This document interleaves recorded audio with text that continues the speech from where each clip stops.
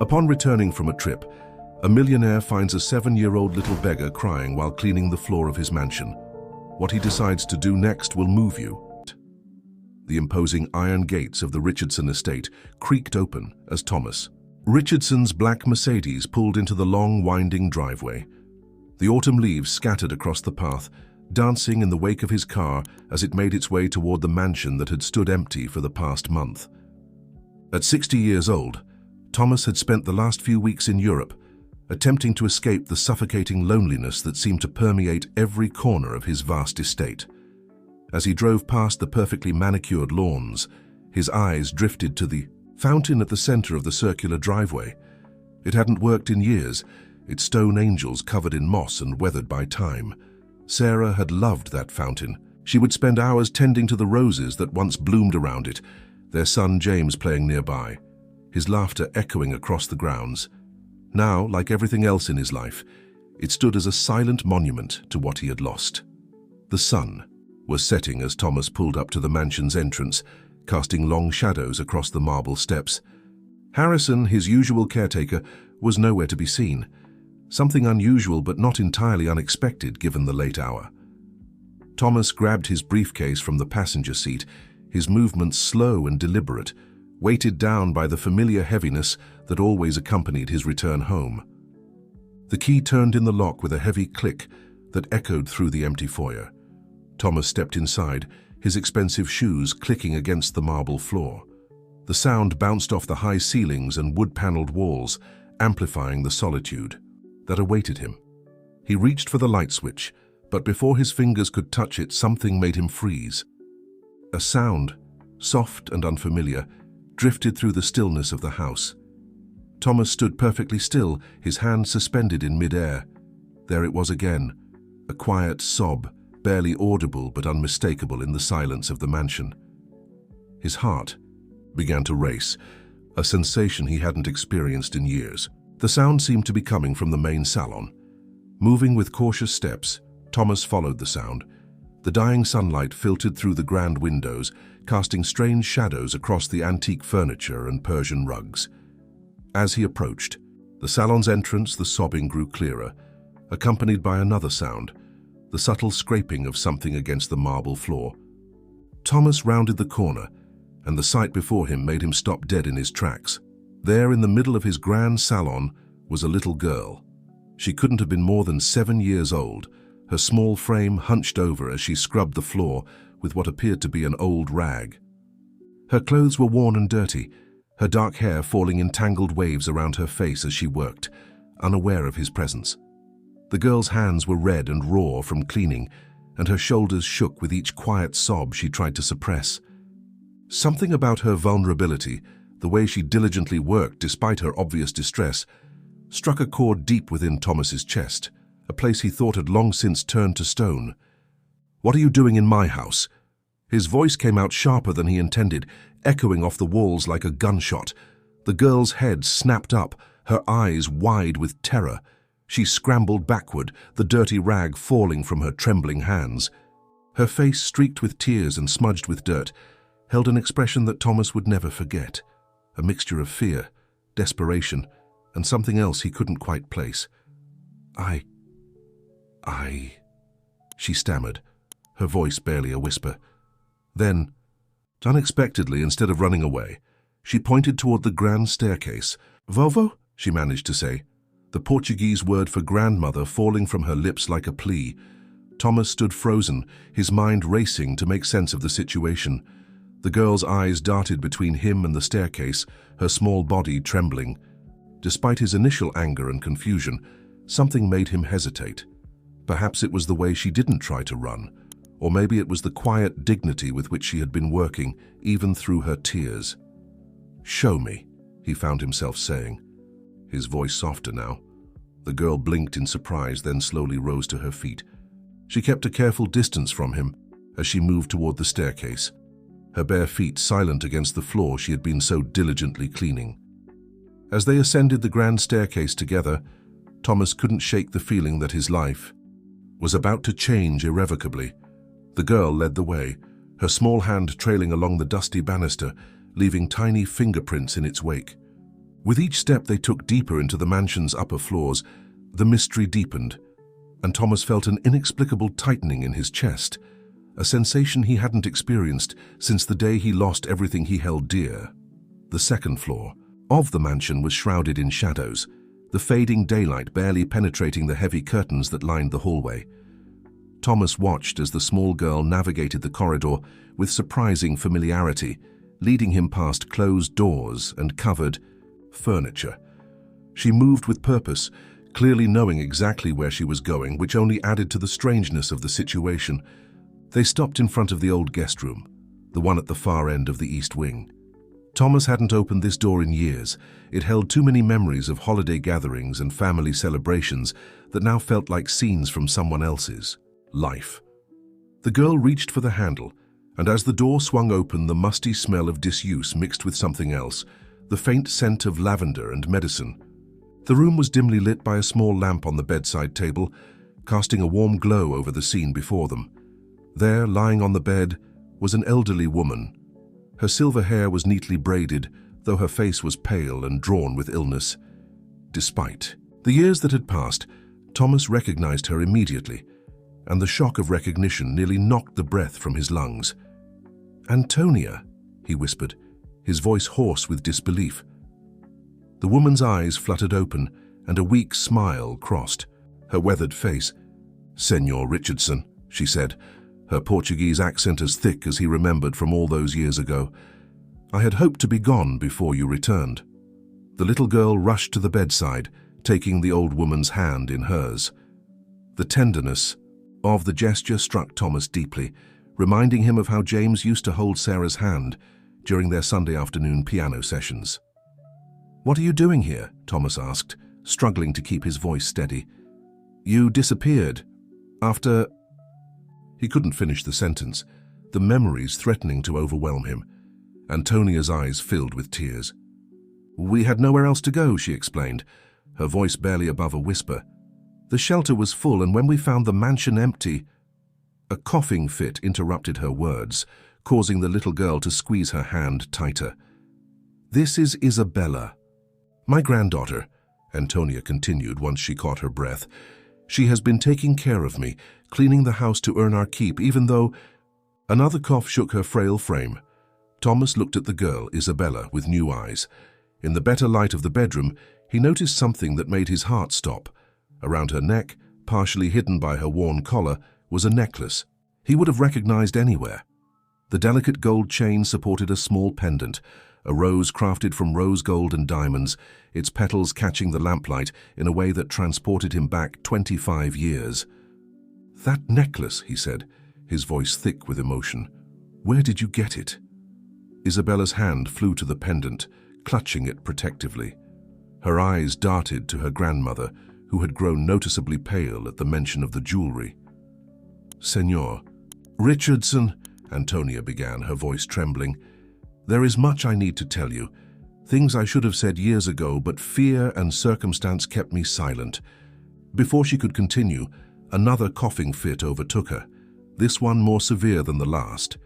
Isabella immediately reached for a glass of water on the bedside table, helping her grandmother drink with a practiced care that spoke of countless similar moments. Thomas found himself moving closer to the bed, drawn by a mixture of confusion, anger, and an inexplicable sense of connection to this strange pair who had taken refuge in his home. The necklace had been Sarah's most treasured possession, a family heirloom she had planned to pass down to their children. He had assumed it had been lost in the accident, along with everything else he held dear. As he watched Isabella tend to her grandmother with such gentle determination, Thomas noticed other things too. The shape of her eyes, the way she bit her lower lip in concentration, gestures so hauntingly familiar they made his chest ache. The girl couldn't have known it, but she was unknowingly mimicking mannerisms he had spent years trying to forget. "Your silence helped no one," Thomas said quietly, his words heavy with decades of pain and loss. "Whatever you need to tell me, Antonia, I think it's long overdue." The old woman nodded slowly, tears streaming down her face. "Sim, you are right. But first, you should know that everything I did, every choice I made, was out of love and Promise I made to someone who trusted me with their most precious secret. Antonia's revelation was interrupted by the sound of thunder rolling across the sky.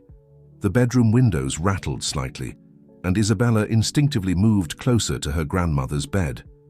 Thomas found himself reaching for the light switch, illuminating the room fully for the first time.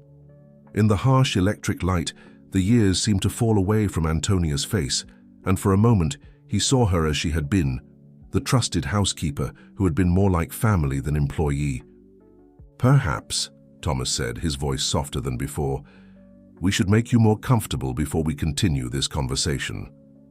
Despite his burning curiosity about the necklace and the countless questions swirling in his mind, he couldn't ignore Antonia's obvious distress. "Isabella, do you know where the extra blankets are kept?" The little girl nodded, surprising him again with her familiarity with the house. As she slipped out of the room, Thomas heard her bare feet pattering down the hallway. The sound stirred something in his memory, similar footsteps from long ago running through these same corridors. "She's been here for 3 weeks, Antonia said, reading the question in his eyes. "Learning every corner of this house, keeping it clean, taking care of me. She's so much like—" Her voice trailed off and she looked away, tears gathering in her eyes. "Like who, Antonia?" Thomas pressed, pulling a chair closer to the bed. "Like James?" The name of his son felt foreign on his tongue, unused for so many years. Before she could answer, Isabella returned, struggling with an armful of blankets nearly, as big as she was. Without thinking, Thomas stood to help her, taking the blankets and carefully arranging them over Antonia. The girl watched him with curious eyes, no longer showing the fear from their first encounter. In the better light, he noticed a small scar above her right eyebrow, identical to the one James had gotten from falling off his bicycle when he was about her age. "Senor Richardson," Antonia began again, her voice stronger now. "Do you remember the last time you saw James? Not the day of the accident, but the last time you really spoke to him." Thomas felt his chest tighten. Of course he remembered. It had been a Tuesday evening, unseasonably warm for October. They had argued about James's choice to leave medical school, about his desire to pursue music instead. Thomas had been furious, refusing to listen to his son's explanations. The next morning, James and Sarah had left for what was supposed to be a short trip to clear the air. They never returned. "He came to me that night," Antonia continued, her words careful and measured. "He needed someone to confide in, someone who would understand." She paused, looking at Isabella, who had settled into a small chair in the corner, her eyes heavy with exhaustion. "My dear, would you go downstairs and make some tea for your grandmother?" The girl hesitated, clearly reluctant to leave Antonia's side, but eventually nodded and slipped out of the room. Thomas watched her go, struck again by the grace in her movements that reminded him so much of Sarah. Once Isabella's footsteps had faded, Antonia reached under her pillow and withdrew an envelope, yellowed with age and worn at the edges. "He left this with me, made me promise to keep it safe, to give it to you only if—" Her hands trembled as she held it out to him. Thomas took the envelope, his own hands unsteady. His name was written on the front in James's distinctive handwriting, the letters flowing and artistic, just like everything his son had created. Inside, he found several pages of careful handwriting, along with what appeared to be official documents. As he began to read, the world seemed to tilt on its axis. The first lines of the letter burned themselves into his consciousness. "Dear Father, by the time you read this, everything will have changed. I need you to understand why I couldn't follow the path you chose for me. More importantly, I need you to know about Maria, about the baby, about the life I've chosen." A soft knock at the door interrupted his reading. Isabella stood in the doorway, carefully balancing a tea tray that looked far too heavy for her small frame. As she entered, the pendant around her neck caught the light again, and Thomas felt the pieces beginning to fall into place. The familiar gestures, the scar, the way she carried herself, they weren't just coincidences. "The necklace," he said, his voice barely a whisper. "James gave it to Maria, didn't he?" The question hung in the air as Isabella set down the tea tray, unaware of the weight of the moment unfolding around her. The revelation of James's letter left Thomas unable to sleep that night. After ensuring Antonia and Isabella were comfortable, in the guest room he retreated to his study, the envelope clutched in his trembling hands. The storm outside had intensified, rain lashing against the windows as if nature itself was expressing the turmoil in his heart. Around midnight, a different sound caught his attention, the gentle, hesitant press of piano keys floating up. From the grand salon, Thomas rose from his leather chair, leaving the half-read letter on his desk, and followed the tentative melody. In the dim light of the salon, Isabella sat at Sarah's grand piano, her small fingers picking out a simple tune. The sight stopped Thomas in his tracks. The piano hadn't been touched in years. He had kept it covered, unable to bear the memories it held. Yet somehow, the dust cover had been removed, and in the soft glow of the security lights, he could see that the wood had been recently polished. "I'm sorry," Isabella whispered when she noticed him, quickly pulling her hands away from the keys. "I cleaned it every day, but I wasn't sure if I was allowed to play. Vovo said it needed to be touched, to be loved again." Thomas approached, slowly, not wanting to frighten her. "Do you know how to play?" he asked, his voice gentler than it had been in years. Isabella shook her head. "Mama tried to teach me before." She touched the pendant at her neck, a gesture Thomas now recognized as one of comfort. "She said music was in our blood, but we never had a piano, just a small keyboard that didn't work very well." Without conscious thought, Thomas found himself sitting beside her on the bench. The familiar smell of polish and aged wood enveloped him, bringing with it a rush of memories. Sarah teaching James his first scales, family gatherings where music filled every corner of the house, lazy Sunday, afternoons when the three of them would play duets and laugh at their mistakes. "Your father," Thomas began, his fingers hovering over the keys. "He was supposed to become a doctor. That's what I wanted for him, what I had planned since the day he was born. But music—" He pressed a key, the note ringing clear and true, in the quiet room. Music was his passion, just like his mother. Isabella watched his hands with rapt attention as he began to play, muscle memory taking over as his fingers found the opening notes of Beethoven's Für Elise, the first piece James had ever mastered. "I know this one," Isabella whispered, her eyes wide with recognition. Mama used to hum it when she couldn't sleep. A tear slid down her cheek, catching the light. She said it reminded her of someone special who used to play it for her.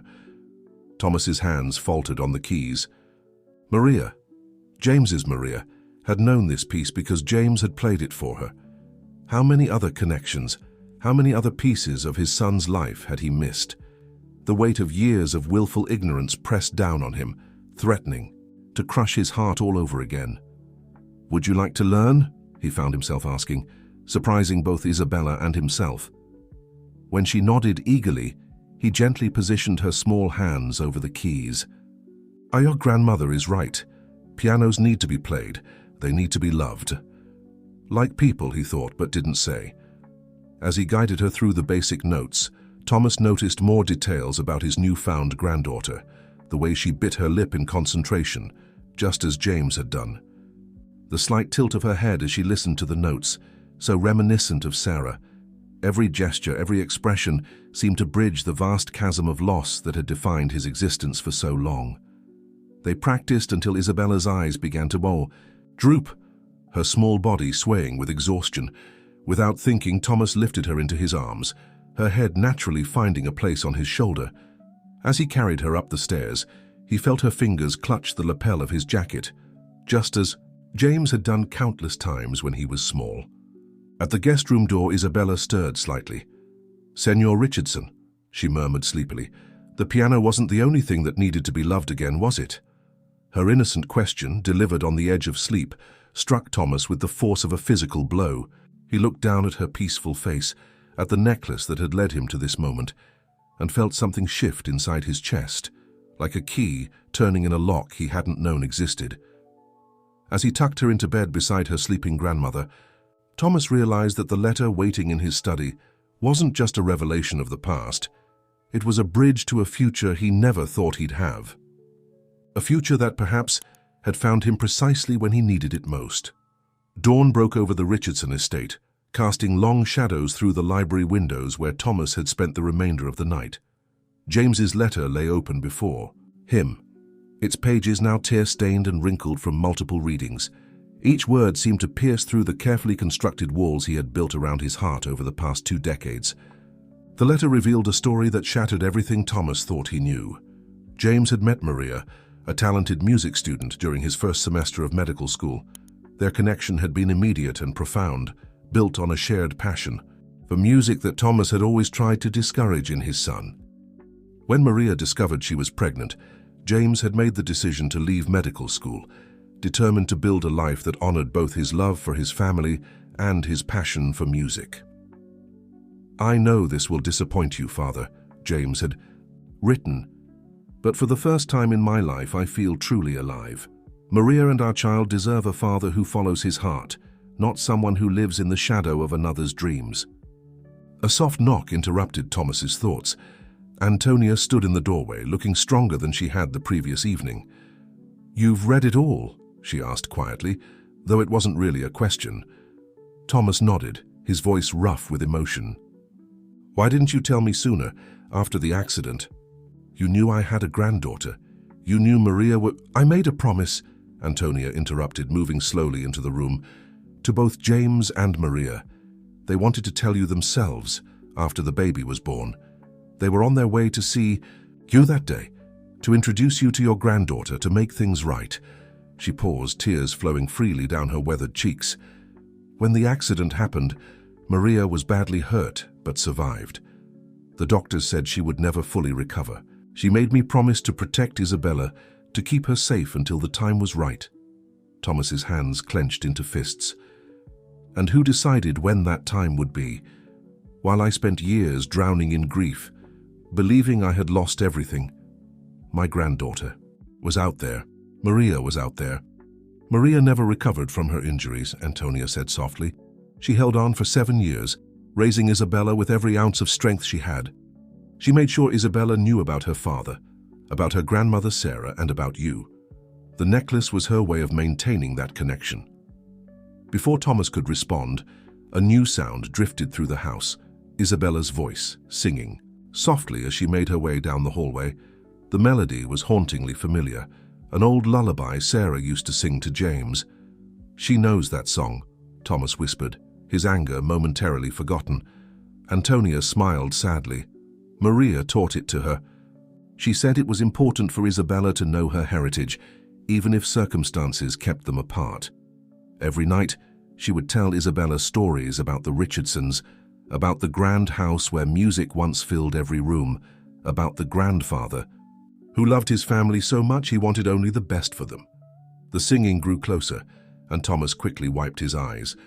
Isabella appeared in the doorway, already dressed and carrying a small bucket of cleaning supplies. Even in her worn clothes, there was a dignity about her that reminded Thomas painfully of both Sarah and James. "Good morning, Senor Richardson," she said politely, though her eyes were drawn to the piano visible through the library's open doors. "I usually clean the library first before it gets too warm." Thomas looked at the cleaning supplies in her small hands, then at the letter on his desk. In that moment, the weight of 20 years of misunderstanding and loss pressed down on him with almost unbearable force. This child, his granddaughter, had been cleaning his house like a servant while carrying his family's most precious heirloom around her neck. "Isabella," he said, his voice thick with emotion, "come here, please." When she approached cautiously, he gently took the bucket from her hands and set it aside. "You don't need to clean anymore. This is—" He paused, gathering his courage. "This is your home too, if you want it to be." The little girl's eyes widened, darting between Thomas and her grandmother. "But who will take care of everything? Who will help Vovo?" "We'll hire people for that," Thomas said firmly. "Your job now is to be a child. To learn the piano if you want, to go to school, to—" His voice broke slightly. "To be part of this family again." Isabella stood very still, her hand unconsciously reaching for the necklace. "Mama said that one day I would understand why she kept this safe for me. She said it was more than just a necklace. It was a key that would open a door when the time was right. The peaceful moment in the library was shattered by the sound of a car door slamming in the driveway. Through the window, Thomas caught sight of a sleek black BMW he knew all too well. His brother Robert's arrival was as unwelcome as it was unexpected. "Isabella," Thomas said quickly, "why don't you and your grandmother go practice at the piano? I need to speak with someone." The girl nodded, sensing the tension in his voice, and quickly retreated with Antonia, closing the library doors behind them. Robert Richardson strode into the house moments later, his expensive suit and carefully styled silver hair a stark contrast to Thomas's disheveled appearance. At 55, Robert had always been the more polished of the two brothers, though his refinement masked a nature that Thomas had learned to distrust over the years. "Well, well," Robert said, his eyes scanning the room with calculated interest. "I heard from Harrison that there were some unexpected developments here. I had to see for myself." He paused, listening to the faint sound of piano notes drifting through the house. "And it seems the rumors are true. You've taken in strays." Thomas felt his jaw clench. "What are you doing here, Robert?" "Looking out for my brother's interests, of course." Robert moved to the desk, his eyes falling on James's letter. Before Thomas could stop him, he had picked it up. "What's this? Love letters from our vagrant guests?" "Put it down," Thomas growled, snatching the letter from his brother's hands. "This is none of your business." Robert's smile didn't reach his eyes. "Everything about this estate is my business, Thomas. As your only living relative and legal advisor, I have a responsibility to protect your interests. And taking in homeless squatters seems very much against those interests." The sound of the piano grew louder, Isabella attempting the simple melody Thomas had taught her the night before. Robert's eyebrows rose as he listened. "Interesting choice of music," he said slowly. "That was James's favorite piece, wasn't it? Rather convenient that your little visitor seems to know it." Thomas felt a chill run down his spine at his brother's tone. "What are you implying?" "Only that grief can make people vulnerable to manipulation," Robert said smoothly. "And you've had more than your share of grief, haven't you? First Sarah and James, then that unfortunate business with their accident." "Don't," Thomas warned, his voice dangerous. "Don't talk about them." Robert held up his hands in a placating gesture. "I'm only trying to help. These people, this woman and child, they show up out of nowhere, make themselves at home in your house, and suddenly there's music playing again. It's all very theatrical, very calculated." "You don't know what you're talking about," Thomas said, but Robert continued as if he hadn't spoken. "I've taken the liberty of making some inquiries. Did you know that harboring undocumented squatters can result in serious legal complications? And given your position in the community, the scandal could be unfortunate." The threat in his words was unmistakable. Thomas felt his hands begin to shake, not with fear, but with a rage he hadn't experienced in years. "Get out," he said quietly. "I'll go," Robert said, straightening his tie. "But this isn't over. I'll be back tomorrow with some people from social services. For the child's protection, of course, and yours." He moved to the door, then paused. "Unless, of course, you'd like to discuss a more permanent solution to managing your estate, one that would relieve you of these burdens." After Robert left, Thomas stood at the window watching his brother's car disappear down the driveway. The piano music had stopped, and the silence felt oppressive. He knew Robert well enough to know this wasn't an idle threat. His brother had always coveted the Richardson estate and fortune, and now he sensed an opportunity to finally gain control. From the hallway came the sound of quiet sobbing. Thomas opened the library doors to find Isabella huddled against the wall, her small body shaking with tears. She had heard everything. "He wants to take me away," she whispered, looking up at Thomas with fear in her eyes. "Just like Mama said might happen. She made me promise to be brave, but I'm scared." Thomas knelt beside her, his decision already made. "No one is taking you anywhere," he said firmly. "You're a Richardson, and Richardsons protect their own." But as he held his trembling granddaughter, Thomas knew the real battle was just beginning. Robert had always been ruthless in pursuing what he wanted, and he had connections in places Thomas had never bothered to cultivate. The next 24 hours would determine not just Isabella's fate, but the future of everything Thomas had left in the world. The rest of the day passed in a blur of activity. Thomas, spurred by Robert's threats, spent hours on the phone with his lawyers, trying to establish Isabella's legal status and protect both her and Antonia. But every conversation left him more frustrated. Without proper documentation, their position was precarious at best. As evening approached, he found himself in the mansion's dusty attic, searching through old boxes for anything that might help prove Isabella's connection to the family. The space was filled with the accumulated memories of generations of Richardsons, each trunk and container holding pieces of a past he had tried to forget. "Can I help?" a small voice asked. Thomas turned to find Isabella standing in the attic doorway, her face illuminated by the setting sun streaming through the round window. "You should be resting," he said gently, but she shook her head and stepped into the room. "Vovo is sleeping," she explained, moving carefully between the stacked boxes. "And I know where everything is up here. I cleaned it last week." She paused by a large trunk, running her hand over its leather surface. "This one has all the photo albums." Thomas stared at her in surprise. The girl's familiarity with the house continued to astonish him. She had spent weeks exploring every corner, caring for a space that, unknowingly, was part of her heritage. With her help, he began opening boxes and trunks, searching for anything that might connect the past to the present. In one dusty album, they found photographs of James's medical school graduation ceremony. Thomas hadn't attended, too angry about his son's decision to abandon medicine for music. Now, looking at the images, he noticed something he had missed before. In the background of one photo, partially hidden behind a group of students, was a young woman with dark hair and familiar eyes, Maria. "Mama," Isabella whispered, touching the photograph gently. "She looks so happy."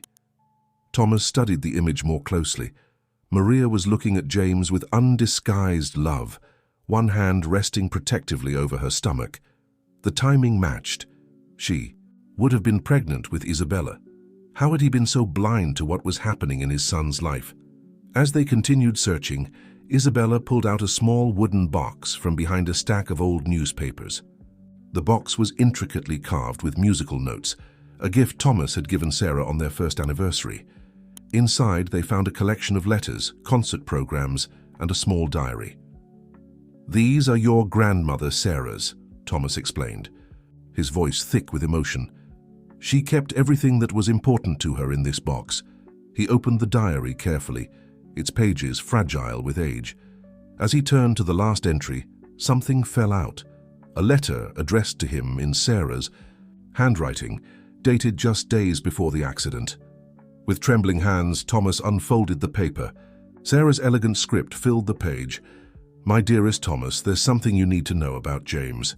He came to see me yesterday, bursting with news he was afraid to share with you. You've always wanted him to find happiness, to make something meaningful of his life.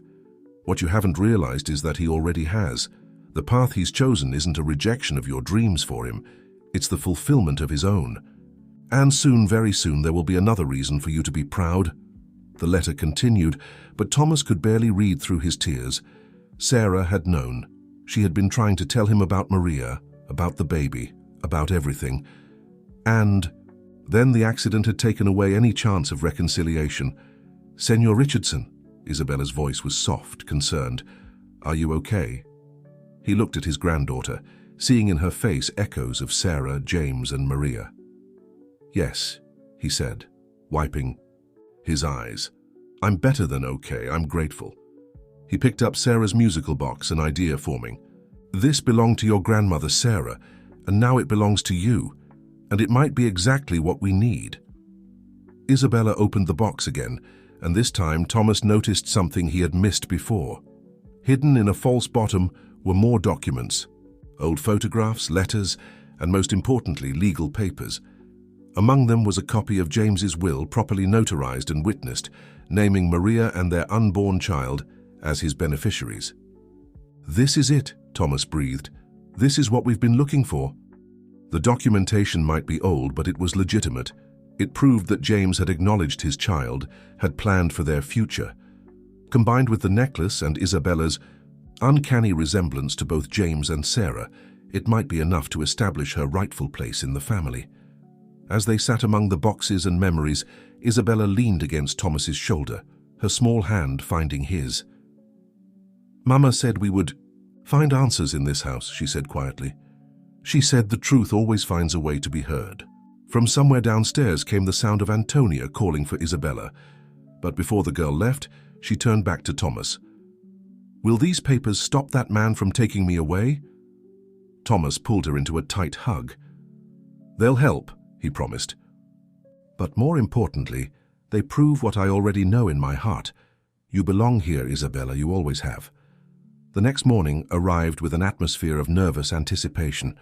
Thomas had barely slept, spending most of the night organizing the documents they had found and consulting with his lawyers via email. The legal team was cautiously optimistic. The combination of James's will, Sarah's letters, and the other documentation provided a strong foundation for establishing Isabella's identity. But Thomas knew his brother well enough to know that legal arguments alone might not be sufficient. Robert had always been skilled at manipulating situations to his advantage, and his threat to involve social services wasn't idle. The thought of Isabella being taken away just when he had found her was unbearable. He was in the kitchen attempting to make breakfast for the first time in years when Harrison, his caretaker, appeared at the door. The elderly man looked troubled, his usually neat appearance somewhat disheveled. "Mr. Richardson," Harrison said, wringing his hands, "I need to speak with you." "About Mr. Robert." Thomas set down the pancake batter he had been struggling with. "What about him?" "He came to see me last week, sir. Asked questions about the house, about your habits." Harrison's voice shook slightly. "He suggested that perhaps you weren't, well, said he was worried about your state of mind living alone in this big house." The implications were clear. Robert wasn't just planning to challenge Isabella's place in the family, he was laying groundwork to question Thomas's competency. The strategy was clever. If Robert could paint Thomas as an unstable recluse making irrational decisions, it would be easier to dismiss his claims about Isabella. "Harrison," Thomas said carefully, "how long have you worked for this family?" 28 years, sir. Since before Master James was in high school. Then you remember Antonia, and you knew about James's time in medical school." Harrison's eyes widened with understanding. "Yes, sir. I remember everything, including the day Miss Maria came to visit James here. They thought no one saw them, but—" He paused, a small smile crossing his face. "They were so in love, sir, just like you and Mrs. Sarah had been." Before Thomas could respond, the sound of car doors slamming echoed from the driveway. Through the kitchen window, he could see Robert's BMW, along with two other official-looking vehicles. His brother had arrived, and he hadn't come alone. "Harrison," Thomas said quickly, "go find Antonia and Isabella. Take them to the music room and stay with them. Don't let anyone in unless I'm present." As Harrison hurried away, Thomas straightened his shoulders and walked to the front door.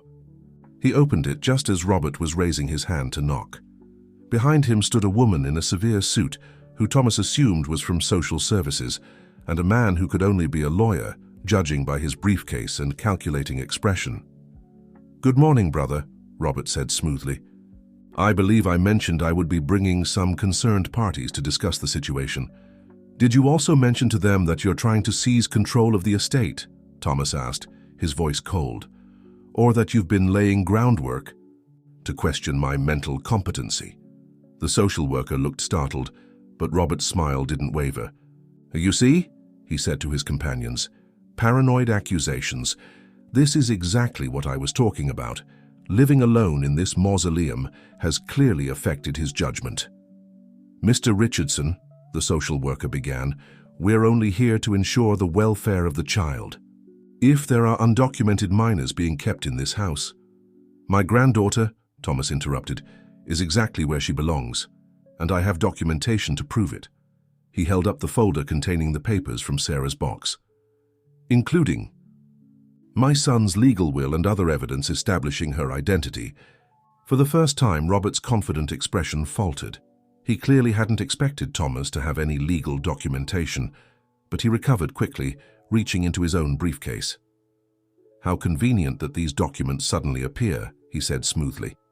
But I have some papers of my own, concerning the accident that claimed James's life. Papers that raise some very interesting questions about what really happened that day. Thomas felt his blood run cold.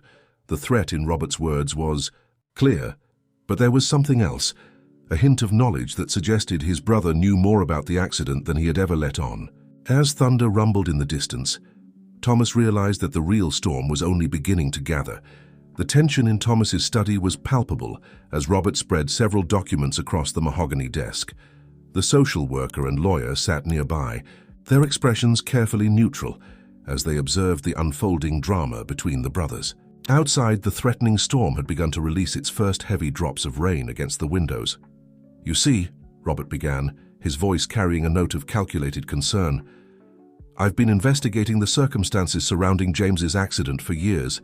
Out of worry for you, of course, dear brother." He selected a particular document and slid it forward. This police report contains some interesting discrepancies that were never fully explained. Thomas picked up the report with trembling hands. As he read, his face grew increasingly pale. The report detailed witness statements about a second car that had been seen following James and Sarah's vehicle shortly before the accident, a detail that had somehow been omitted from the final investigation. "What is this, Robert?" Thomas's voice was barely a whisper. "Just some facts that might be relevant to our current situation," Robert replied smoothly, especially considering how James had been acting in the days before the accident, making changes to his will, withdrawing large sums of money, behaving erratically. The social worker leaned forward. "I'm not sure I understand how this relates to the child currently in question." Robert's smile was cold. "It speaks to patterns of behavior in our family. My brother, grieving and isolated, suddenly accepts an outlandish story about a long-lost granddaughter. Meanwhile, I have evidence suggesting that James's accident might not have been an accident at all. Perhaps he was running from something or someone." "That's enough." Thomas slammed his hand on the desk, causing everyone to jump. "You've always been manipulative, Robert, but this is low even for you." A small sound from the doorway made them all turn. Isabella stood there, her face white, clutching Sarah's musical box to her chest. Behind her, Harrison looked apologetic. "I'm sorry, sir," the caretaker said. "She insisted on bringing this to you, said it was important." Thomas started to speak, but Isabella stepped forward, her chin raised despite her obvious fear. With deliberate movements, she opened the box and reached into the false bottom, pulling out not just the documents they had found earlier, but something else. A small tape recorder, old, but apparently well preserved. "Mama said this was important, too," she said quietly. "She said I should only play it if someone tried to take me away from my real family." Robert's face changed almost imperceptibly. "A child's imagination," he said quickly. "Surely we're not going to listen to—" But Isabella had already pressed play. The room filled with a voice that made Thomas's heart stop. James's voice, recorded days before the accident. "If anything happens to me," the recording began, "this is my testimony. Robert came to see me yesterday. He knows about Maria, about the baby. He threatened to expose everything to Father in the worst possible way unless I sign over my inheritance rights. He said he'd make sure Father never accepted my child into the family." The recording continued, detailing a meeting at a cafe where Robert had laid out his threats. James had secretly recorded everything, including Robert's thinly veiled suggestions about what might happen if James didn't comply. "I won't let him win," James's voice continued. "Maria and I are going to tell Father everything tomorrow. We're bringing all the evidence, including this recording. If you're hearing this, it means something went wrong. Protect my child. And Father, I hope someday you understand why I had to follow my heart." The tape clicked to a stop. In the silence that followed, the sound of rain seemed deafening. The social worker and lawyer exchanged glances, their professional detachment cracking in the face of this unexpected revelation. Robert stood abruptly, his chair scraping against the floor. "This proves nothing," he snarled, but his usual polish had cracked, revealing something uglier beneath. Her decades-old recording could easily be fabricated, and even if it were real, it doesn't change the fact that this child has no legal standing. "Actually," the lawyer interrupted, examining James's will and the other documents Thomas had provided. These papers appear quite legitimate. Combined with this recording and the physical evidence, he glanced meaningfully at Isabella, whose resemblance to the Richardson family was undeniable. I would say there's more than enough here to establish the child's identity and rights. The social worker nodded in agreement. Our concern was for the child's welfare. If Mr. Richardson can provide a stable home environment, and given the evidence of her legitimate claim to be here— "This isn't over," Robert snapped, gathering his papers with shaking hands. But as he moved toward the door, Harrison stepped forward. "Mr. Robert," the old caretaker said quietly, "I think there's something else you should know. I've worked here for nearly 3 decades. I saw everything that happened in those days, including where you went after visiting Master James at that cafe." Harrison's words hung in the air like a physical presence. Robert had frozen in the doorway, his back rigid with tension. The caretaker's normally gentle face had hardened with a determination that transformed him. "I followed you that day," Harrison continued, his voice gaining strength. "I saw you meet with someone in a black car, the same car that witnesses reported seeing before the accident. I kept quiet all these years out of fear, but I can't anymore. Not when an innocent child's future is at stake." Robert spun around, his composure completely shattered. "You can't prove anything." But his voice held a note of desperation that betrayed him. The social worker stood, her professional demeanor now tinged with obvious disapproval. "Mr. Robert Richardson, I think it would be best if you left. We'll be making note of these allegations in our report, and I suspect the proper authorities will want to investigate further." "This is absurd," Robert sputtered.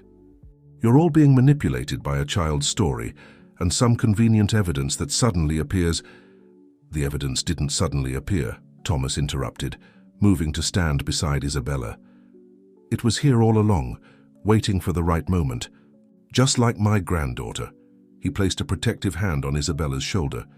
"James and Maria knew what kind of man you were. They prepared for the worst, even while hoping for the best." The lawyer was already pulling out his phone. "I should contact the police. These allegations about the accident need to be properly investigated." Robert's face had gone ashen. Without another word, he turned and fled from the room.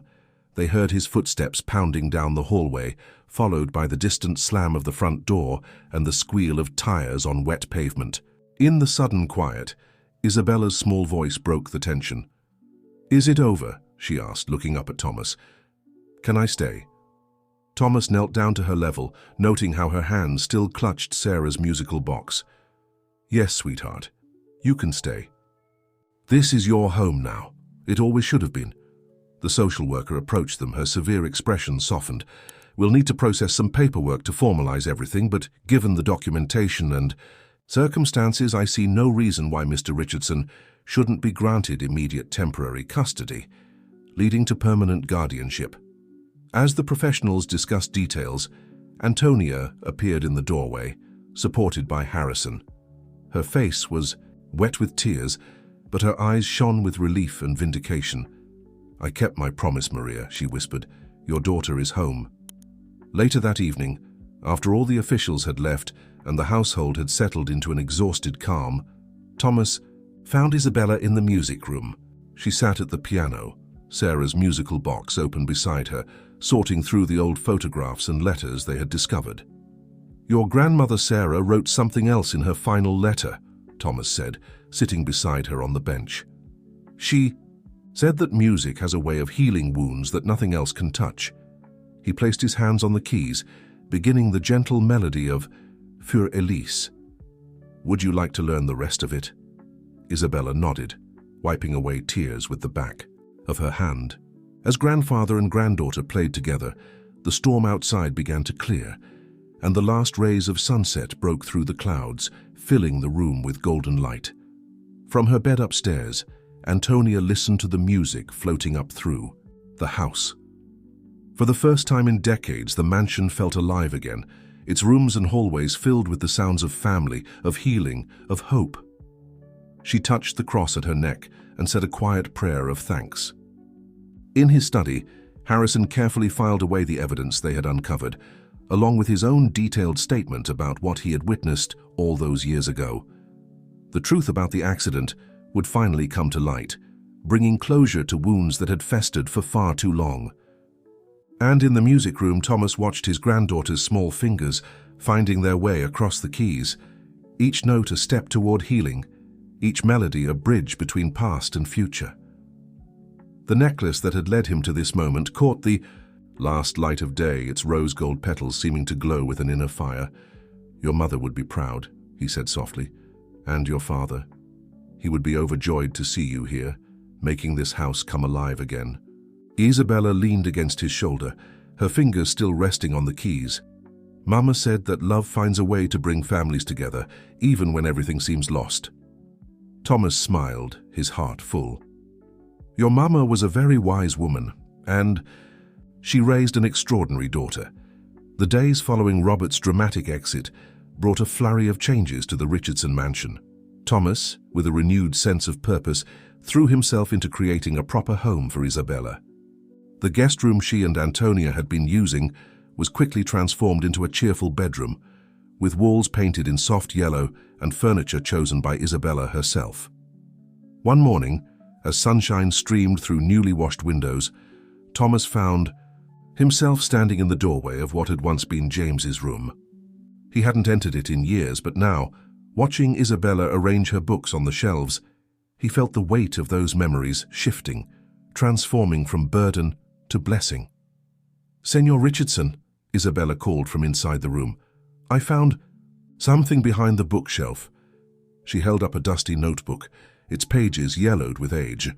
Thomas crossed the room and took the notebook gently.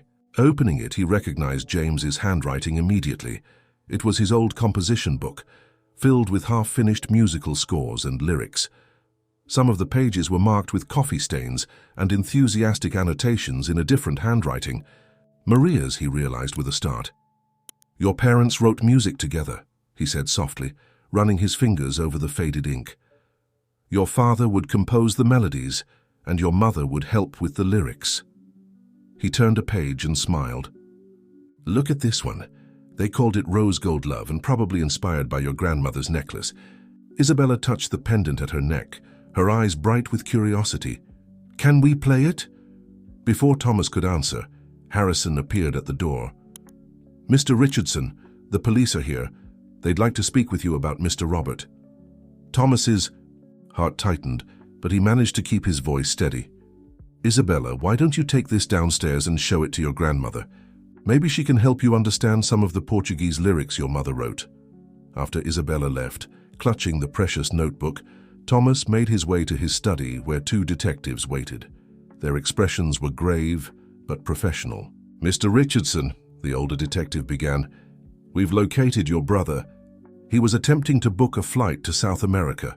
She paused, letting the implications sink in. "More importantly, we've found some very interesting financial records in his office. It seems he's been maintaining a separate account since 1999, the year of your son's accident." Thomas sank into his chair, his legs suddenly weak. He really did it, didn't he? He was responsible for what happened to James and Sarah. The detective nodded slowly.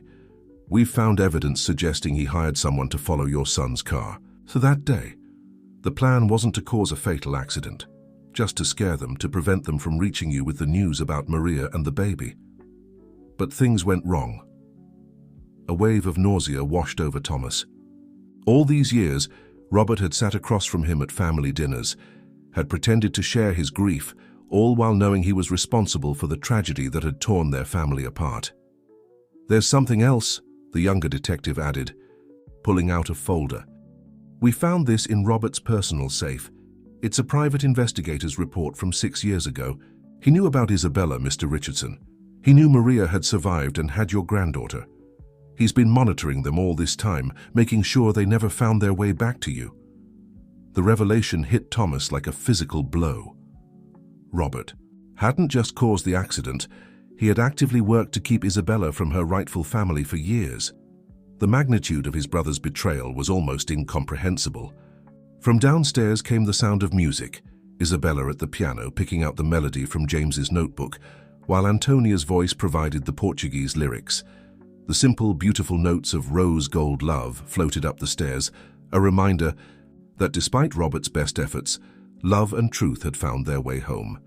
"We'll need statements from everyone," the detective was saying, "including Isabella and Mrs. Antonia when they're ready. But given the evidence we've already uncovered, your brother will be facing serious charges." Thomas nodded, his mind already turning to the future. "What do I need to do to ensure Isabella is protected? To make sure nothing like this can ever threaten her again?" The younger detective smiled. "The documentation you provided, combined with the DNA test results that just came back, establishes her identity beyond any doubt. She's legally your granddaughter, Mr. Richardson. No one can change that now." After the detectives left, Thomas remained in his study, processing everything he had learned. The sound of the piano continued, joined now by Isabella's clear voice as she grew more confident with the melody. Her father's music, her mother's words brought back to life through their daughter. Harrison appeared with a cup of tea, his presence as steady and reassuring as ever. "She's blossoming, sir," the old caretaker observed, "like those roses Mrs. Sarah used to tend, the ones you thought would never bloom again."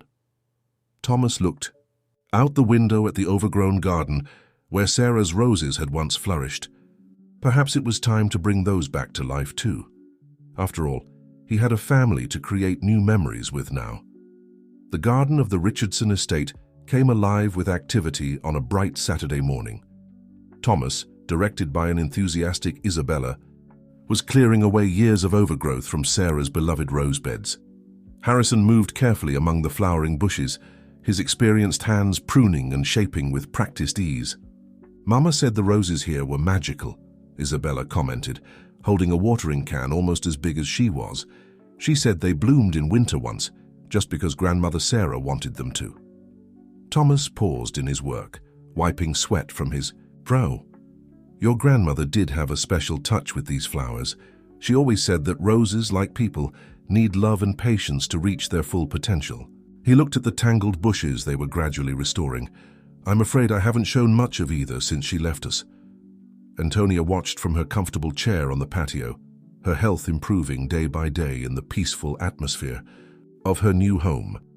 The legal paperwork making her Isabella's co-guardian alongside Thomas had been finalized the previous day, ensuring that the girl would always have the connection to her mother's heritage as well as her father's. "Maria would be so happy," Antonia said softly, her eyes following Isabella as she carefully watered each rosebush. She never wanted Isabella to have to choose between her two families. She wanted her to have both, the music of the Richardsons and the heart of Brazil. As if in response to her words, the sound of a delivery truck approaching caught their attention. Thomas straightened up, a smile spreading across his face. "Perfect timing," he said mysteriously. The delivery men carefully maneuvered a large object through the mansion's front door. Isabella's eyes widened as she realized what it was: a brand new baby grand piano, its polished surface gleaming in the morning light. "The old one in the music room was your father's practice piano," Thomas explained, leading her inside. "This one is yours, for your lessons and for creating your own music, just like your parents did." Isabella ran her fingers reverently over the keys, producing a clear, perfect note. "Can we play their song on it, the one from the notebook?" Thomas sat beside her on the bench, just as he had that first night when everything changed. "Of course. But first, there's something else I want to show you." He reached into his pocket and pulled out an envelope. Inside was a formal document, papers officially changing Isabella's last name to Richardson, while keeping her mother's family name as well. "You don't have to choose," he said gently. "You can be both, just like your grandmother said." Tears welled up in Isabella's eyes as she read the document. "Like the roses," she whispered, "growing in two directions but from the same roots." They spent the afternoon at the piano, Thomas teaching Isabella the proper fingering for rose gold love, while Antonia helped with the Portuguese pronunciation of Maria's lyrics. The song filled the mansion with its bittersweet melody, a bridge between past and present, loss and renewal. Harrison, bringing in fresh flowers from the garden, paused in the doorway to listen. The music reminded him of earlier days when James would practice for hours while Sarah tended her roses. But now there was something new in the familiar notes: hope, healing, and the promise of tomorrow. As the sun began to set, casting long shadows through the music room windows, Thomas watched his granddaughter play. The rose gold pendant at her neck caught the light, seeming to glow with an inner fire. In that moment, he could almost feel Sarah and James's presence, could almost hear Maria's voice joining their daughters.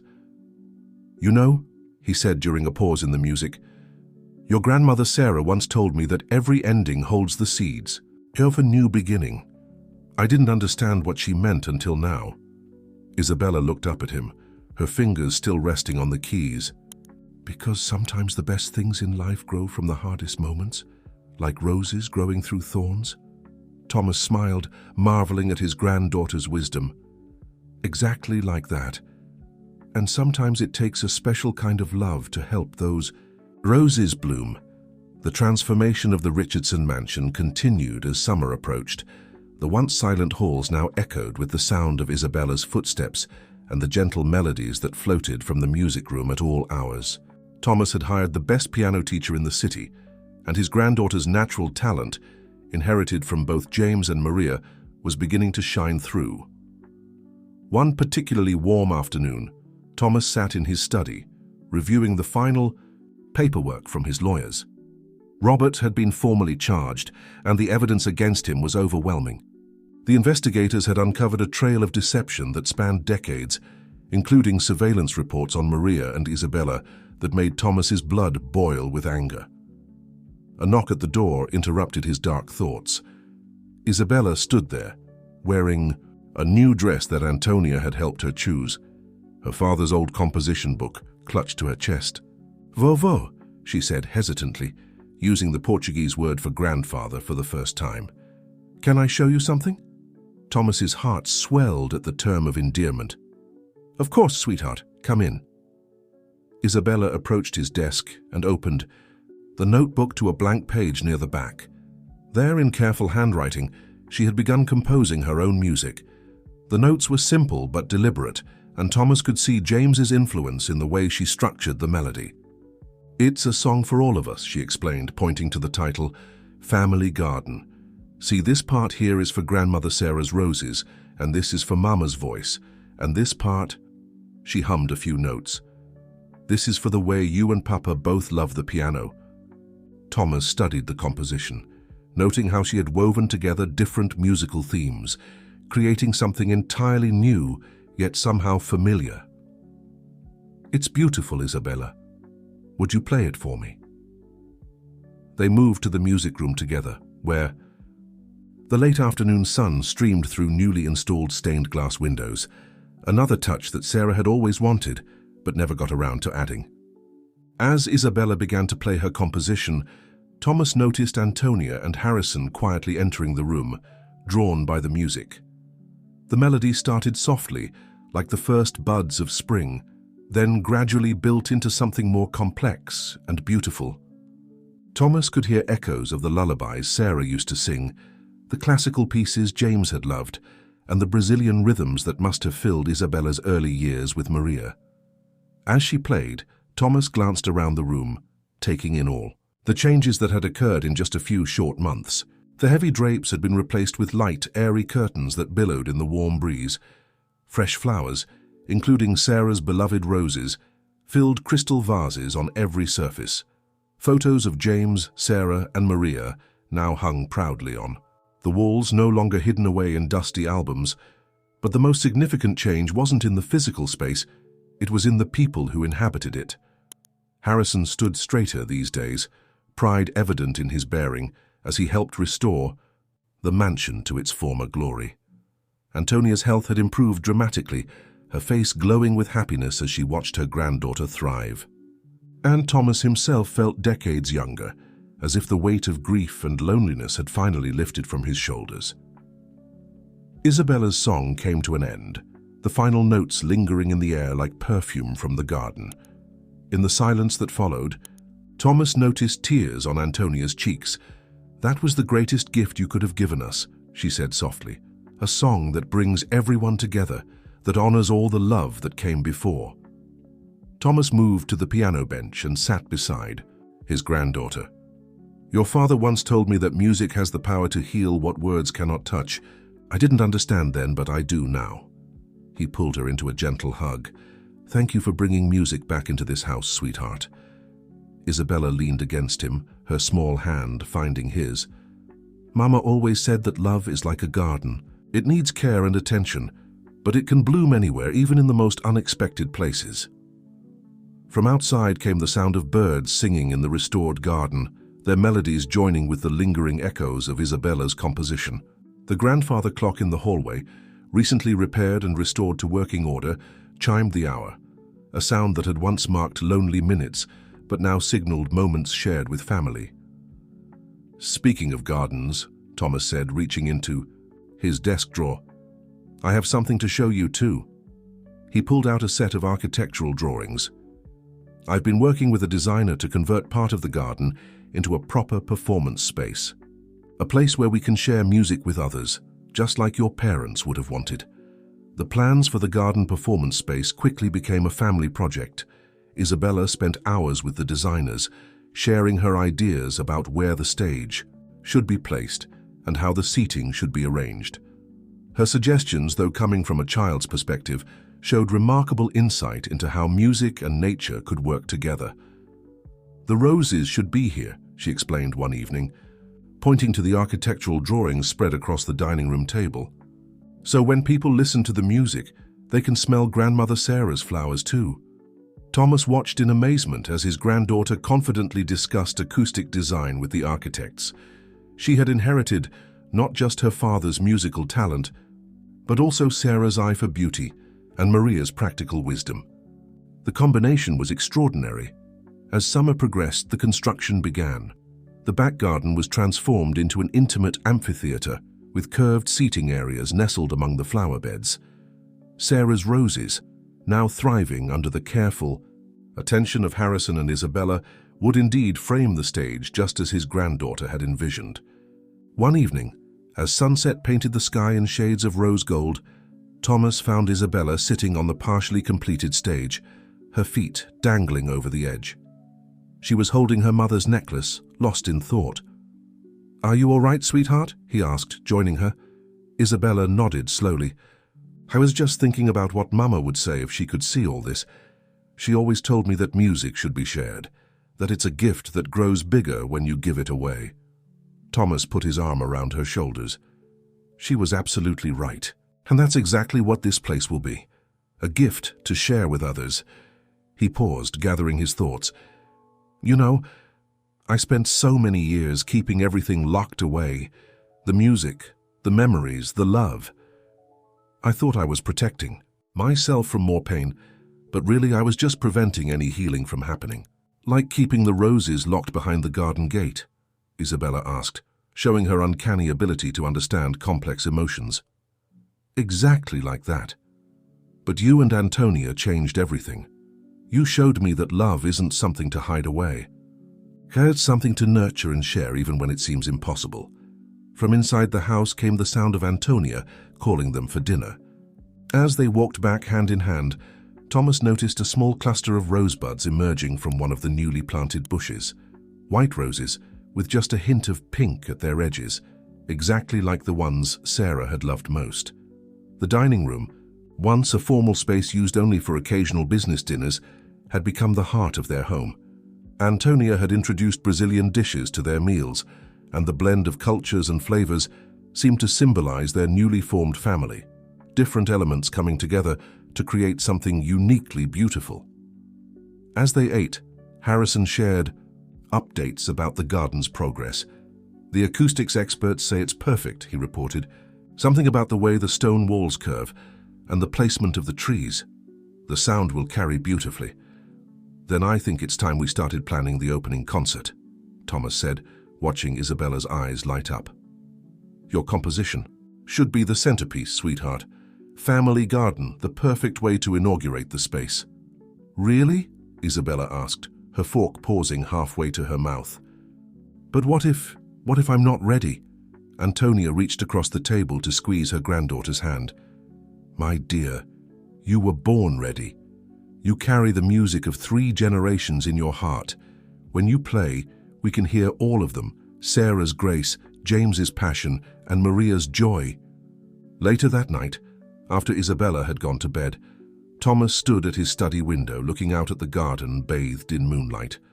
The half-finished performance space seemed to glow with possibility. Soon it would be filled with music, with people, with life. Everything his son and daughter-in-law had dreamed of creating. He thought about Robert, now facing justice for his actions, and felt only sadness for the brother who had let greed poison his heart. But even that dark chapter had led to something beautiful. It had brought Isabella home, had forced the truth into the light, had allowed healing to finally begin. The sound of soft piano notes drifted up from below.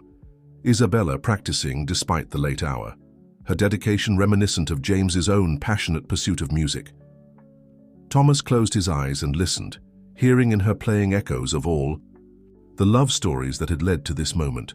Sarah and her roses, James and Maria's forbidden romance, and now the unexpected blessing of a grandfather finding his way back to life through his granddaughter's heart.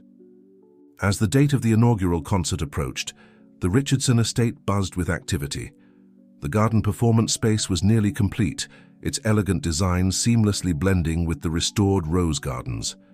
Every morning, Isabella would inspect the progress, often accompanied by Harrison, who had taken on the role of project supervisor with remarkable enthusiasm. One particularly busy morning, Thomas found himself sorting through a box of old programs from concerts where James had performed. He planned to create a display for the opening night, honoring the musical legacy that had led to this moment.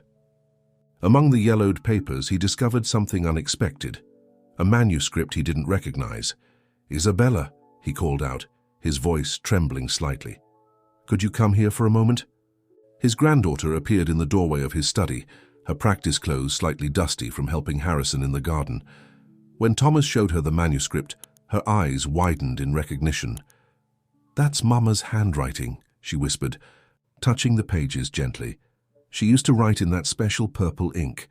The manuscript was titled Symphony of Secrets, dated just weeks before the accident. As they examined it together, they realized it was a collaborative piece, James's music interwoven with Maria's lyrics, creating a complex narrative about forbidden love, hidden truths, and the power of forgiveness. "They never got to perform it," Thomas said softly, reading through the notes. "This must have been what they were bringing to show me, along with the news about you." Isabella studied the music intently, her finger tracing the notes on the page. "Vovo, I think we should perform this at the concert. Not just my piece, but this one too. It's like they wrote it for this moment." Thomas felt tears welling in his eyes. "Are you sure you're ready for something this complex?" His granddaughter's chin lifted in a gesture that reminded him so much of Sarah. "Mama always said that when love guides your hands, anything is possible." She paused, then added, "And I won't be playing alone. You'll be there with me."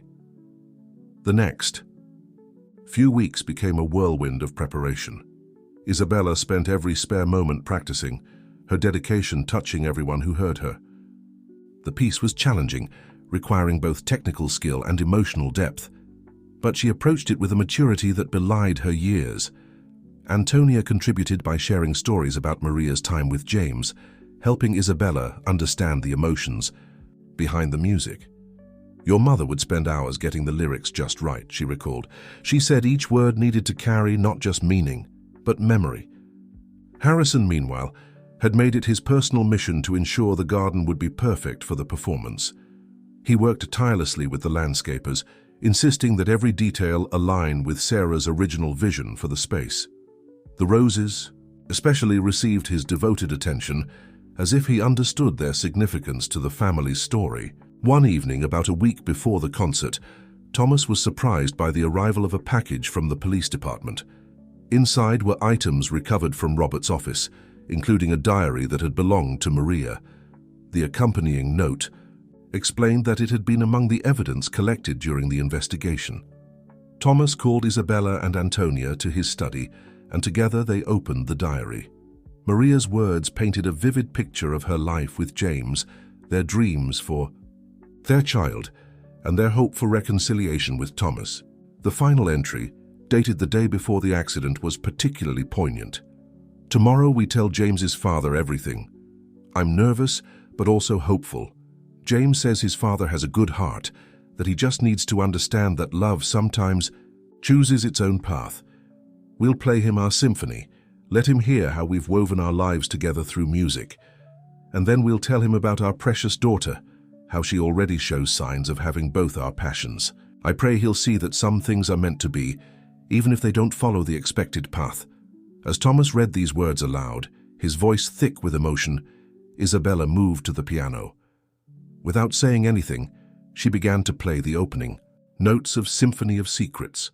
The melody seemed to bring Maria's words to life, filling the study with all the hope and love her parents had felt on that fateful day. Antonia wiped tears from her eyes. They knew, she said softly. They knew that music would eventually bridge all the gaps between hearts.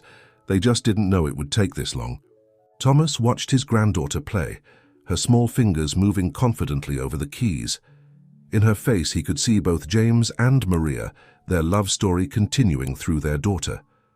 The symphony they had written was more than just a piece of music. It was a message sent through time, waiting for the right moment to be heard. The night before the concert, a gentle rain fell over the Richardson estate, as if nature itself was helping to prepare the garden for its moment of transformation. Thomas couldn't sleep, his mind filled with memories and anticipation. He found himself wandering down to the music room, where a surprising sight greeted him. Isabella sat at the piano in her nightgown, not playing, but simply running her fingers over the keys. In the soft light, the rose-gold pendant at her neck seemed to glow, creating a small rainbow on the polished wood surface. Couldn't sleep either? Thomas asked softly, joining her on the bench. Isabella shook her head. I was thinking about tomorrow, about Mama and Papa. Vovo told me that Papa used to get nervous before performances too. She said he would sit just like this, touching the keys without playing them. Thomas smiled, remembering how James would pace the music room the night before a concert, his nervous energy filling the house. Your father believed that every performance was a chance to touch someone's heart. He used to say that when you play with love, the music finds its way to the people who need it most. Is that why you stayed away from music for so long? Isabella asked, her question carrying the innocent wisdom that often surprised him. Because it touched your heart too much? Thomas was quiet for a moment, considering her words. I was afraid, he admitted finally, afraid of feeling everything the music would make me feel. But you taught me that those feelings, even the painful ones, are part of what makes life beautiful. From the doorway came Antonia's voice. Maria used to say something similar. She believed that music was God's way of helping us understand emotions too deep for words. She entered the room slowly, carrying something in her hands, a small ornate box that Thomas had never seen before. I've been waiting for the right moment to share this, she said, sitting in a nearby chair. Maria left it with me to give to Isabella when she was ready. The box contained a collection of small treasures, a dried rose from the Richardson garden, ticket stubs from James's performances, a small sketch of Sarah that James had drawn, and most precious of all, a letter addressed to my darling daughter. As Isabella read the letter silently, tears rolling down her cheeks, Thomas and Antonia exchanged glances. They had both played their parts in protecting this child, in keeping alive the love story that had created her, and now they were watching her embrace her full heritage. Mama knew, Isabella said finally, looking up from the letter. She knew that someday I would find my way here, that music would bring us all together again. She wrote about the symphony, about how she and Papa put all their hopes for the future into it. She paused, touching the rose-gold pendant. She said that love, like music, always finds its home. Thomas wrapped an arm around his granddaughter's shoulders, marveling at how this small person had brought so much healing to their broken family. Your mother was right, and tomorrow we'll share that love with others. Your parents' symphony, your family garden piece, they're both parts of the same story. Harrison appeared in the doorway, carrying a tray with hot chocolate for everyone. It was well past midnight, but none of them seemed ready to sleep. They sat together in the music room, sharing memories and hopes, while the rain outside created its own gentle melody. "You know," Harrison said thoughtfully, "in all my years of service to this family, I've never seen the house feel more alive than it does now. It's as if every room is breathing again, every corner filled with possibility." Antonia nodded in agreement. "That's what love does. It brings life back to places that have forgotten how to live." As they talked, Isabella began to play softly. Not her parents' symphony or her own composition, but something new, something that seemed to flow naturally from her fingers. The melody carried echoes of all the pieces of her heritage: her father's classical training, her mother's Brazilian rhythms, her grandmother Sarah's love of romantic compositions, all woven together into something uniquely her own. Thomas listened, realizing that this impromptu midnight concert was just as important as the formal performance they would give tomorrow. This was music in its purest form, born of love, shaped by memory, and shared in the quiet moments between night and dawn. The day of the concert arrived with perfect weather, as if nature itself had conspired to make the evening magical. The garden performance space, now complete, was a vision of elegance and beauty. White chairs were arranged in graceful curves. Around the stage, while Sarah's roses in full bloom created a natural backdrop that seemed to glow in the late afternoon sun. Inside the mansion, Isabella stood before her mirror, wearing a dress that Antonia had specially made for the occasion. The pale blue fabric complemented the rose gold pendant at her neck, and her dark hair had been arranged in a style that reminded Thomas startlingly of Maria. "Your mother wore her hair exactly like that for her first professional performance," he told her, standing in the doorway of her room. James couldn't take his eyes off her. Isabella touched the pendant, a gesture that had become her way of connecting with her parents' memory. "Do you think they'll be able to hear us tonight, Vovo? Their symphony finally being played?" Thomas knelt beside her, taking her small hands in his. "Love doesn't need ears to hear, sweetheart. They're here with us, in every note you play, in every rose that blooms, in every smile you share." The sound of arriving cars drifted up from the driveway. The guests were beginning to arrive. Musicians from the city orchestra, who had helped prepare the symphony, former colleagues of James from medical school, old friends of the family who had known Sarah, and even some of Maria's friends from the music conservatory, who had traveled from Brazil for the occasion.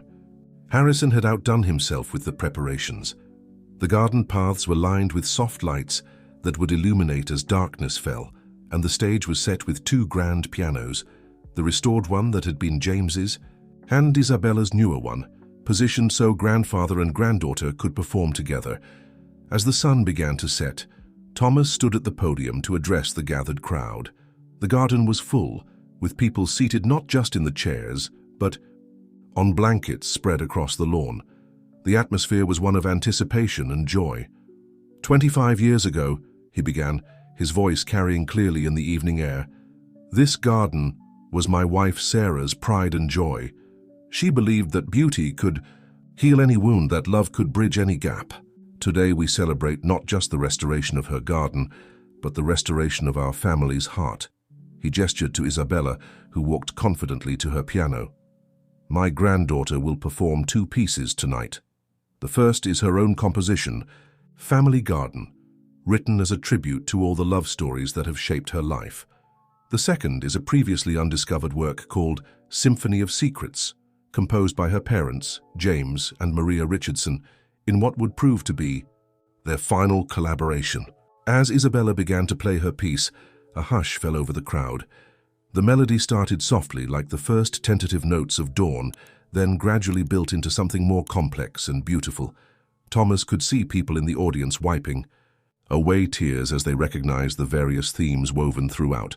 Classical pieces that Sarah had loved, Brazilian rhythms that spoke of Maria's heritage, and original passages that could only have come from James's influence. The roses seemed to sway gently in the evening breeze, their perfume mixing with the music to create an almost magical atmosphere. As the piece reached its crescendo, the garden lights gradually illuminated, creating a soft golden glow that mirrored the emotions in the music. When the final notes of Family Garden faded away, There was a moment of profound silence before the applause began. Thomas watched his granddaughter acknowledge the approval with a graceful bow, just as her father would have done. Then it was time for Symphony of Secrets. Thomas joined Isabella at the second piano, and together they began to play the piece that James and Maria had created as their testament of love. The music told their story, the young medical student falling in love with the Brazilian music student, their shared passion for music overwhelming all obstacles, their dream of uniting their different worlds through love and harmony. As they played, Thomas glanced at his granddaughter, seeing in her face the same intense concentration he had so often seen in James's. But there was something else too, a joy, a freedom in her expression that spoke of Maria's influence. She wasn't just playing the music. She was living it, breathing it, making it her own. The Symphony of Secrets filled the garden with its powerful narrative, each movement revealing another layer of James and Maria's love story. In the audience, those who had known them were visibly moved, recognizing the personalities of both, composers in every phrase and transition. Antonia, seated in the front row, clutched a handkerchief as she watched her granddaughter bring her parents' final work to life. Beside her, Harrison stood at attention, his usual professional demeanor softened by evident emotion. Both of them had played crucial roles in preserving this legacy until the right moment arrived for it to be shared. As the symphony reached its final movement, something extraordinary happened. A warm breeze swept through the garden, carrying the scent of roses, and for a moment, the stage seemed to be bathed in a peculiar golden light. Later, many guests would speak of this moment, describing it as if a veil between past and present had briefly lifted. The final notes of the symphony rang out clear and true across the garden, hanging in the air like stars. The silence that followed was profound, filled with the weight of everything the music had expressed: love, loss, hope, and ultimately, redemption. Then the applause began, starting slowly and building to a thunderous ovation. People rose to their feet, many, with tears streaming down their faces. Thomas and Isabella stood together at their pianos, holding hands as they acknowledged the response. But it was what happened next that truly captured the evening's spirit. Without any prompting, Isabella stepped forward and began to play again. This time, a simple, heartfelt rendition of Fur-Elise, the first piece her father had mastered, and the one that had initially connected her with Thomas. As she played, she spoke to the audience, her voice clear and confident. "This was the first piece my father learned to play. It was also the first piece I learned here in this house with my grandfather. Sometimes love takes a long time to find its way home, but when it does, it brings music with it." Thomas watched his granddaughter, marveling at how she had transformed from the frightened little girl he'd found cleaning his floors into this poised young musician. The rose gold pendant at her neck caught the garden lights, seeming to pulse with its own inner radiance. After the performance, as guests mingled in the illuminated garden, many approached to share their memories of James and Maria. Each story added another piece to the puzzle of their life together, helping Isabella understand the depth of her parents' love story. One elderly professor from the medical school approached Thomas with tears in his eyes. "I always regretted not speaking up when James left medical school," he admitted. "I saw how music lit him up in a way medicine never did. Watching your granddaughter tonight, I understood even better. Some passions are meant to be followed." As the evening drew to a close, Thomas found Isabella sitting on the stage steps, looking up at the stars. He joined her, noticing how the garden lights made the roses look like they were glowing from within. "Your grandmother Sarah once told me that every garden needs 3 things to thrive," he said softly. "Sunshine for growth, rain for strength, and love for blooming. I think families need the same things." Isabella leaned against him, tired but happy. "We had the love all along, didn't we? It was just waiting, like seeds under the snow, until the right time came to grow." From where they sat, they could see Antonia and Harrison supervising the last of the cleanup, working together with the easy familiarity of old friends. The mansion behind them glowed warmly, no longer a mausoleum of memories, but a living, breathing home. "You know," Thomas said, "your father once told me that music has the power to heal what words cannot touch. I didn't understand then, but I do now." He hugged his granddaughter close. "Thank you for bringing the music back, sweetheart. Not just to this house, but to all our hearts."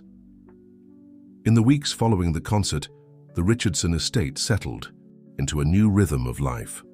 The success of the inaugural performance had led to requests for more concerts in the garden space, and Thomas found himself working with local music schools to establish a regular series of student recitals and community performances. One bright morning, as autumn began to paint the garden in gold and crimson, Thomas sat in his study reviewing a particularly important piece of mail, the final verdict in Robert's case. His brother had been sentenced to several years in prison for his role in the accident and subsequent cover-up. But what caught Thomas's attention was the letter Robert had included with the legal documents. "I've had a lot of time to think," Robert had written. "Watching the news coverage of Isabella's concert, seeing how she's brought music back to the family, I finally understand what I tried to destroy. It was never about the money or the estate. It was about the life and love I could never accept in myself. I know I don't deserve forgiveness, but I hope someday Isabella will know that her music reached even me." Lost in thought, Thomas almost didn't notice Isabella entering the study. She had just returned from her morning piano lesson, her face glowing with enthusiasm. "Vovo, Professor Martinez says I'm ready to start working on Papa's original compositions." She paused, noticing the papers on his desk. "Is everything okay?" Thomas carefully folded Robert's letter. "Yes, sweetheart. Sometimes healing comes in unexpected ways." He smiled at her curious expression. "How would you feel about using some of your father's music in the next garden concert?" Isabella's eyes lit up. "Really? Could we include some of Mama's songs too? And maybe—" She hesitated, then continued with growing excitement. "Maybe we could invite children from the local shelter to attend. Some of them might never have heard classical music before." Thomas felt his heart swell with pride. This was his granddaughter's greatest gift, not just her musical talent, but her ability to see opportunities to share love and beauty with others. "That's a wonderful idea," he said. "Your grandmother Sarah always believed that beauty should be shared as widely as possible. That's why she made sure the garden could be seen from the street, even though some people thought such lovely roses should be kept private." Antonia appeared in the doorway, carrying a tray with fresh lemonade and cookies. Her health had improved, so much that she now insisted on helping Harrison with many of the household duties, though Thomas had made it clear she didn't need to. "I heard from my family in Brazil," she announced, setting down the tray. "They're coming for Christmas. They want to see where Maria's daughter has finally found her home." Isabella rushed to hug her grandmother, nearly knocking over the lemonade in her excitement. "Will they bring the videos? The ones of Mama singing in the music festival?" "Yes, and photos too. Your cousin Miguel has been digitizing all the old family albums." Antonia smoothed Isabella's hair fondly. "They say the whole community there still remembers Maria's voice. They call her the nightingale who flew north for love." Thomas watched them together, marveling at how naturally their two worlds had blended. The mansion that had once echoed with emptiness now rang with conversations in English and Portuguese, with music both classical and contemporary, with laughter and love in all its forms. Harrison entered with the day's mail, including a thick envelope from the city's Cultural Preservation Society. "Sir, they've approved our application. The Richardson Estate Gardens are now officially designated as a cultural heritage site." The designation meant that the gardens and performance space would be protected for future generations, ensuring that the legacy of music and love that had taken root there would continue to grow. "We should celebrate," Isabella declared, "with a special dinner in the garden and music, and maybe we could invite Professor Martinez and some of the other students." Thomas laughed at her enthusiasm. "I think that's a perfect idea. And while we're planning celebrations..." He pulled out another envelope from his desk drawer. "These arrived this morning. Tickets for us to visit Brazil after Christmas. I think it's time I saw where your mother's story began." Isabella's eyes filled with tears of joy. "Really? We're going to see where Mama grew up?" "Yes, and more than..." "Charlotte, I've been in touch with some of your mother's old music teachers. They've offered to let you study there for a few weeks to learn the traditional music she loved so much. The excitement in the room was palpable. Antonia was already making lists of places they needed to visit, while Harrison offered suggestions about the best time to schedule the trip around the garden's maintenance needs. As they talked and planned, the sound of piano music drifted up. From below, one of the neighborhood children who had started taking lessons in the music room after school. The melody, though simple, carried the same spirit of joy and possibility that now filled every corner of the house. The Richardson estate had never looked more beautiful than it did that evening, as the family gathered in the garden for their celebration dinner. Lights twinkled in the trees, and the autumn roses released their sweet perfume into the cool evening air. The Cultural Heritage Designation plaque had been installed near the garden entrance, its brass surface catching the last rays of sunset. Professor Martinez and several of his students had joined them, along with families from the neighborhood who had become regular attendees of the garden concerts. The music room's new role as a community teaching space had transformed the mansion from a private sanctuary into a vibrant center of cultural life. As people mingled and chatted, Thomas stood back, watching Isabella move confidently among the guests. She had organized a small performance for the evening, featuring students who had never played before an audience. Her natural ability to encourage and support others reminded him so much of Maria's generous spirit. "She's a perfect blend of all of them, isn't she?" Antonia said softly, joining him. "James's talent, Maria's heart, and Sarah's grace. But she's also entirely her own person." Thomas nodded, thinking of how far they had come from that first startling encounter in his foyer. "She taught me that love isn't a finite resource that gets used up," he replied. "It's more like music. The more you share it, the more it grows." The evening's performance began with Isabella introducing each young musician, making sure they felt comfortable and supported. When it was her turn to play, she surprised everyone by inviting one of the shelter children to join her at the piano for a simple duet they had been practicing. The girl, shy at first, gained confidence with each note. Isabella guided her gently, just as Thomas had done during their first piano lesson together. The simple melody filled the garden, carrying with it all the hope and possibility that music could offer. After the performances, as people gathered around tables set up on the lawn, Harrison approached with a special delivery that had just arrived, a package from Brazil. Inside were restored videos of Maria performing at various concerts, including one particularly precious recording of her and James playing together at a small festival. They set up a projector in the garden, and soon the air was filled with Maria's voice, strong and clear across the years. The video showed her and James performing the first version of what would later become Symphony of Secrets. Even in that early recording, their love for each other was evident in every note they played. Isabella watched the video with shining eyes, one hand clasping her mother's pendant. When the recording ended, she turned to Thomas with determination in her face. "Vovo, I know what I want to do with my life. I want to teach music to children who might not otherwise have the chance to learn, like Mama did in Brazil and like Papa wanted to do here." Thomas hugged her close, his heart full of pride and love. "I think that's a perfect dream, sweetheart, and I know exactly how we can start." He gestured toward the mansion. "The East Wing has plenty of space for proper teaching studios.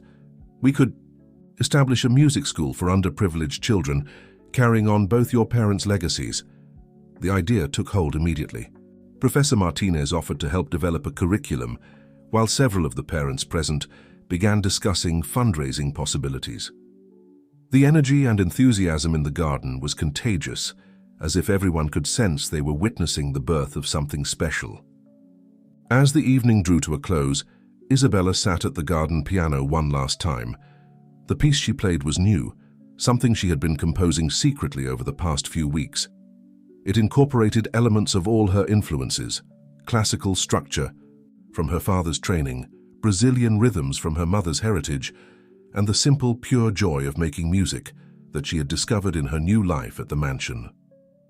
The melody floated through the garden, weaving among the roses that Sarah had loved so much. dancing in the light of the stars that had witnessed so many changes in their family's story. It was a song of healing, of hope, of family bonds that couldn't be broken by time or distance or even misunderstanding. Thomas watched his granddaughter play, remembering the frightened little girl who had once cleaned his floors in secret. Now she sat confidently at the piano, her music touching hearts and changing lives, just as her parents had dreamed of doing. The rose-gold pendant at her neck caught the garden lights, seeming to pulse with its own inner music. In that moment, Thomas could almost feel Sarah's presence beside him, could almost hear James and Maria joining in their daughter's melody. The garden had become more than just a performance space. It was a living testament to the power of love to heal, to transform, and to create beautiful new beginnings from even the most painful endings. As the final notes faded into the night air, Isabella looked up at the stars and whispered, "This is just the beginning, isn't it?" Thomas smiled, knowing she was right. Their story, like the music they shared, would continue to grow and evolve, touching more lives and creating more harmony in the world. The Richardson legacy had been reborn, not in the way he had once imagined, but in a way that was far more beautiful and meaningful than he could have ever dreamed. The Brazilian summer sun cast warm shadows through the windows of Maria's childhood. Home as Thomas, Isabella, and Antonia sat in the cozy living room, surrounded by old photographs and mementos. They had arrived in São Paulo 2 days ago, and every moment since had been filled with discoveries that brought them closer to Maria's story. This was her favorite spot, Maria's mother, Dona Clara, said in Portuguese, which Isabella translated for Thomas. The elderly woman pointed to a worn cushion by the window, where a small upright piano still stood. She would sit here for hours, mixing classical pieces with our local rhythms until they became something entirely new. Thomas watched. As Isabella approached the piano reverently, her fingers hovering over the keys that her mother had once played. The room was exactly as Maria had left it, preserved with loving care by her family. Sheet music still sat in the rack, some pages marked with Maria's distinctive purple ink annotations. "May I?" Isabella asked, and at her grandmother's nod she began to play. The melody she chose was Symphony of Secrets, but with a subtle difference. She incorporated the local rhythms she had been learning during their stay, blending her parents' composition with the pulse of her Brazilian heritage. Dona Clara wiped tears from her eyes as she listened. "Just like Maria," she whispered. She always knew how to make music speak in many languages at once. The past few days had been a revelation for all of them. Thomas had walked the streets where Maria had grown up, visited the music school where she had taught underprivileged children, and met the people who had shaped her early life. Each story, each memory shared, helped him understand more deeply the remarkable woman his son had fallen in love with. "Look at this," Dona Clara said, pulling out an old newspaper clipping. It showed a young Maria and James performing at a local music festival. The article praised their innovative fusion of classical and Brazilian music, noting how their performance had bridged cultural gaps and brought different communities together. "They were trying to tell us something even then," Thomas mused, studying the photograph, "about how love can transcend boundaries, how music can unite what prejudice tries to separate." Isabella, who had been exploring a box of her mother's old belongings, suddenly called out in excitement. "Vovô, look!" She held up a notebook filled with teaching plans and musical exercises. Mama was developing a special method for teaching music to children who couldn't afford formal lessons. She used games and stories to make it fun and accessible. Thomas took the notebook carefully, noting how detailed and thoughtful Maria's approach had been. This was exactly the kind of program they had been discussing for the Richardson estate's new music school. It was as if Maria had left them a blueprint for carrying her dream forward. Later that afternoon, they visited the community center where Maria had taught. Many of her former students, now adults with children of their own, gathered to meet Isabella and share their memories. One woman brought her daughter, who was exactly Isabella's age and studying piano using Maria's teaching methods. The two girls connected immediately through music, playing together on the center's old piano, while the adults watched with misty eyes. Despite speaking different languages, they communicated perfectly through rhythm and melody, just as James, And Maria had done. "Your mother believed that music was the purest form of communication," one of Maria's old colleagues told Isabella. "She used to say that when words fail, the heart can still sing." As the sun began to set, casting long shadows through the community center's windows, someone suggested an impromptu concert. Soon the room was filled with a joyous blend of classical and Brazilian music, with Isabella at the center, absorbing and incorporating every new rhythm she heard. Thomas sat back, watching his granddaughter bloom in this new environment. She had inherited not just her parents' musical talents, but their ability to bring people together through music. The Richardson legacy was evolving in ways he could never have imagined, becoming richer and more meaningful with each passing day. "Maria would be so proud," Antonia said softly, watching Isabella learn a traditional Brazilian rhythm from one of the local musicians. This is exactly what she and James dreamed of, their music bringing people together, breaking down walls, creating something new and beautiful. As the evening progressed, more people arrived, bringing instruments and stories to share.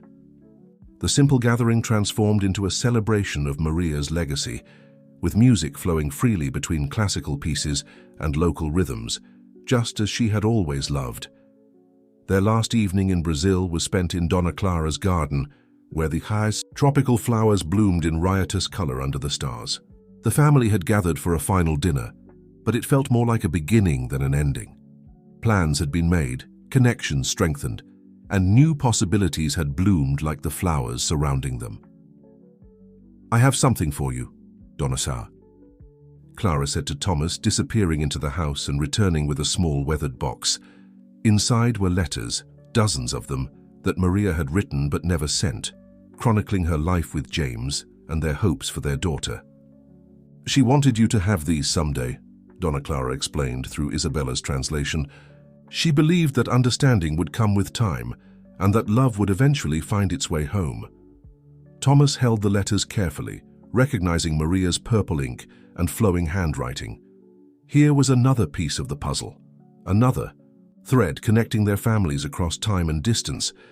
Isabella sat at a small table nearby, working intently on something in her notebook. She had been taking detailed notes throughout their visit, recording not just music, but stories, traditions, and teaching methods that she wanted to incorporate into their plans for the Richardson Estates Music School. "Look, Vovo," she said, showing him her sketches.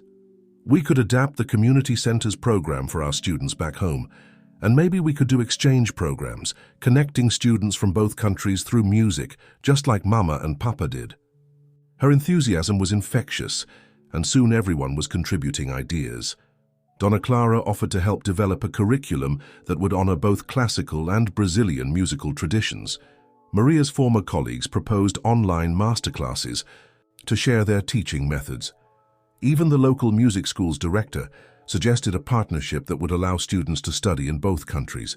As they talked and planned, Thomas noticed Isabella slip away to the garden's small gazebo, where an old piano had been placed for outdoor gatherings. She began to play softly, not her parents' symphony or her own compositions, but something new that seemed to capture everything they had experienced during their visit. The melody carried echoes of classical structure, but was infused with Brazilian rhythms and harmonies. It spoke of family bonds that transcended borders, of love that survived loss, of music that could heal old wounds and create new connections. One by one, the family gathered around the piano, drawn by the music. Dona Clara began to sing softly, adding traditional lyrics that seemed to fit perfectly with Isabella's melody. Other relatives joined in with percussion instruments, and soon the garden was filled with a joyous fusion of musical styles and cultural traditions. Thomas watched his granddaughter at the center of it all, her fingers dancing over the keys, while the rose-gold pendant at her neck caught the starlight. She had found her place in both worlds, just as her parents had hoped she would. Later, as the party wound down and family members began to say their goodbyes, Dona Clara took Thomas aside. Maria always said that James had his father's heart, strong, capable of great love, but sometimes hidden behind walls of expectation and tradition. She knew that one day those walls would come down and the music would flow freely again. Thomas nodded, understanding at last the full depth of Maria's wisdom and patience. "She was right about so many things," he said softly, "especially about how love can transform us if we let it."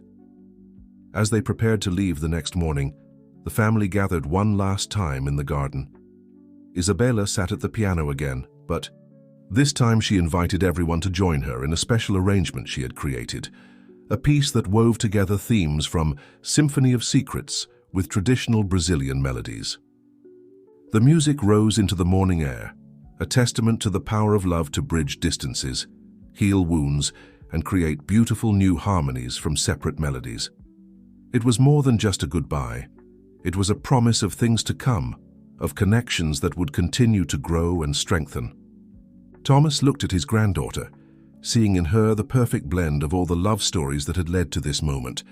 James and Maria's passion for music, Sarah's belief in the healing power of beauty, and the unshakable faith of two families from different worlds that love would eventually find its way home. The rose gold pendant gleamed in the morning sun, its petals seeming to dance with the music. Like the garden at the Richardson estate, like the love that had brought them all together, it was a symbol of beauty that endured, of hope that bloomed, even in the most unlikely places, of music that could transform grief into joy and separation into unity. The Richardson estate welcomed them back with an unexpected surprise. During their absence, Harrison had overseen the completion of several projects they had discussed before leaving. The east wing of the mansion had been transformed into a series of bright, welcoming music studios, ready for the new school they had planned to establish. "Harrison, this is incredible," Thomas said, walking through the renovated spaces. Each room had been carefully designed to accommodate different types of lessons and group activities, incorporating ideas from Maria's teaching notes and the Brazilian Community Center. Isabella ran from room to room, her eyes shining with excitement. She stopped at the largest studio, where a wall of windows overlooked Sarah's rose garden. "Look, Vovo. The students can see the roses while they practice, just like Papa did when he was learning." The room's centerpiece was a beautiful grand piano, positioned so that the morning light would fall across the keys. On the walls, Harrison had arranged photographs in chronological order: Sarah at her beloved roses, James performing at various concerts, Maria teaching at the Brazilian Community Center, and finally, Isabella playing at the garden concert. "I hope you don't mind," Harrison said, gesturing to the photos. "I thought it was important for the students to understand the legacy they're becoming part of." Thomas squeezed his faithful caretaker's shoulder, too moved for words. Harrison had understood perfectly what they were trying to create. Not just a music school, but a place where different cultures and traditions could blend and grow together, just like the roses in the garden. Antonia explored the spaces with particular interest in the room designated for vocal instruction. "Maria would have loved this," she said softly, running her hand along the acoustic panels. "She always said that singing was the purest form of music because it came directly from the heart." The transformation wasn't limited to the East Wing. The entire mansion seemed lighter, more alive. The heavy drapes that had once blocked the sunlight had been replaced with sheer curtains that allowed natural light to flood every room. The walls, once dominated by formal portraits, now displayed a mix of family photographs and artwork from both their American and Brazilian heritage. In the music room, they found another surprise. Harrison had carefully arranged all of Maria's teaching materials, brought back from Brazil, alongside James's old music books and Sarah's garden journals. The blend of languages, traditions, and teaching methods seemed to perfectly represent the new chapter in their family's story. "There's one more thing," Harrison said, leading them to the garden. The performance space had been enhanced with new lighting and sound systems, making it suitable for year-round use. But the most touching addition was a small plaque near the stage engraved with words from Maria's newly discovered letters. "Music is the language of the heart, speaking across all borders and healing all wounds." Isabella read the words aloud, her voice carrying across the garden where the autumn roses still bloomed. Then, without saying anything, she walked to the piano and began to play. The melody was new, something she had composed during their flight home, weaving together all the musical traditions she had experienced in Brazil with the classical foundation she had learned at the mansion. As she played, Thomas noticed something remarkable. The roses nearest the stage seemed to sway gently, though there was no breeze. It reminded him of how Sarah used to say that flowers could dance to music if the melody came from the heart. "I think," Isabella said during a pause in her playing, "this is what Mama and Papa were trying to create all along. Not just music, but a place where different kinds of beauty could grow together." Harrison nodded thoughtfully. "The contractors said something interesting while you were away. They said they'd never worked on a house that seemed so alive, so eager to be transformed. It was as if the mansion itself wanted to become something new." Thomas understood exactly what they meant. The house that had once been a shrine to his grief had become a living testament to love's ability to heal and transform. Every room now held not just memories of the past, but promises for the future. "When do we start the classes?" Isabella asked eagerly, her fingers still moving over the keys. "I've been practicing the teaching games Mama used in Brazil, and I think—" She stopped suddenly, noticing something unusual. A small rosebud had appeared on one of the vines near the stage, a pure white bloom with just a hint of pink at its edges, exactly like the ones Sarah had loved most.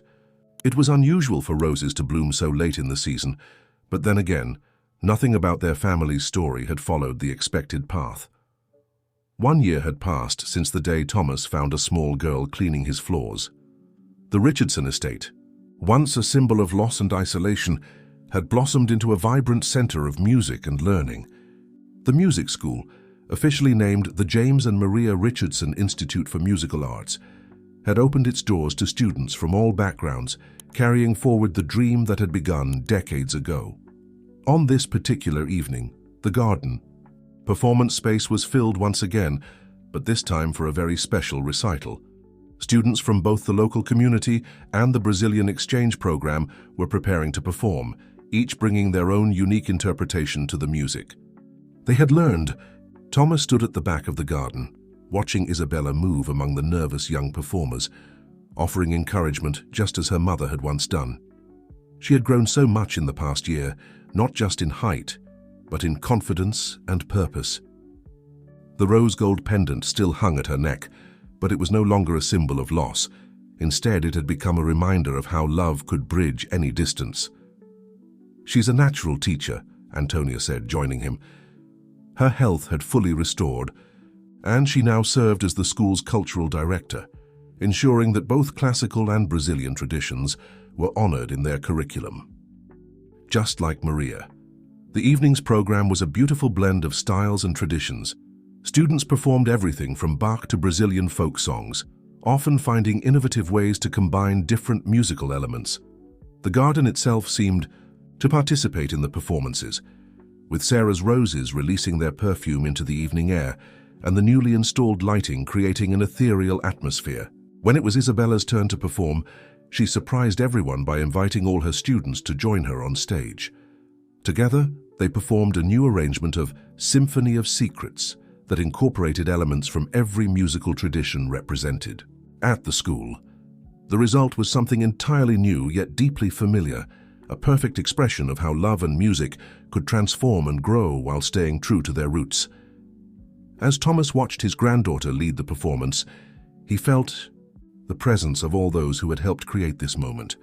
Sarah with her belief in the healing power of beauty, James and Maria with their courage to follow their hearts, and even Robert, whose actions had ultimately led to healing and redemption. The final piece of the evening was a surprise. Isabella stepped forward, holding Maria's old teaching notebook. "Tonight we're going to perform something special," she announced. "While we were in Brazil, we found a lullaby that my mother wrote when she was expecting me. We've arranged it for all our students to perform together." The melody that filled the garden was simple, yet profound. Children from different backgrounds, speaking different languages, came together to create something beautiful. As they played, Thomas noticed that same white rosebud from their return had fully bloomed, its petals glowing in the evening light. After the performance, as families and students mingled in the garden, Thomas found himself back in his study. The room had changed along with the rest of the house, now filled with photographs, children's artwork, and sheet music from both classical and Brazilian composers. On his desk sat the last letter from Robert, received just that morning. The "Music reaches even here," his brother had written from prison. "Some of the other inmates have started a choir, inspired by news of your school. Perhaps healing can happen anywhere if we let it." A knock at the door interrupted his thoughts. Isabella stood there, still holding her mother's notebook. "Vovo, I've been thinking, what if we expanded the school's program?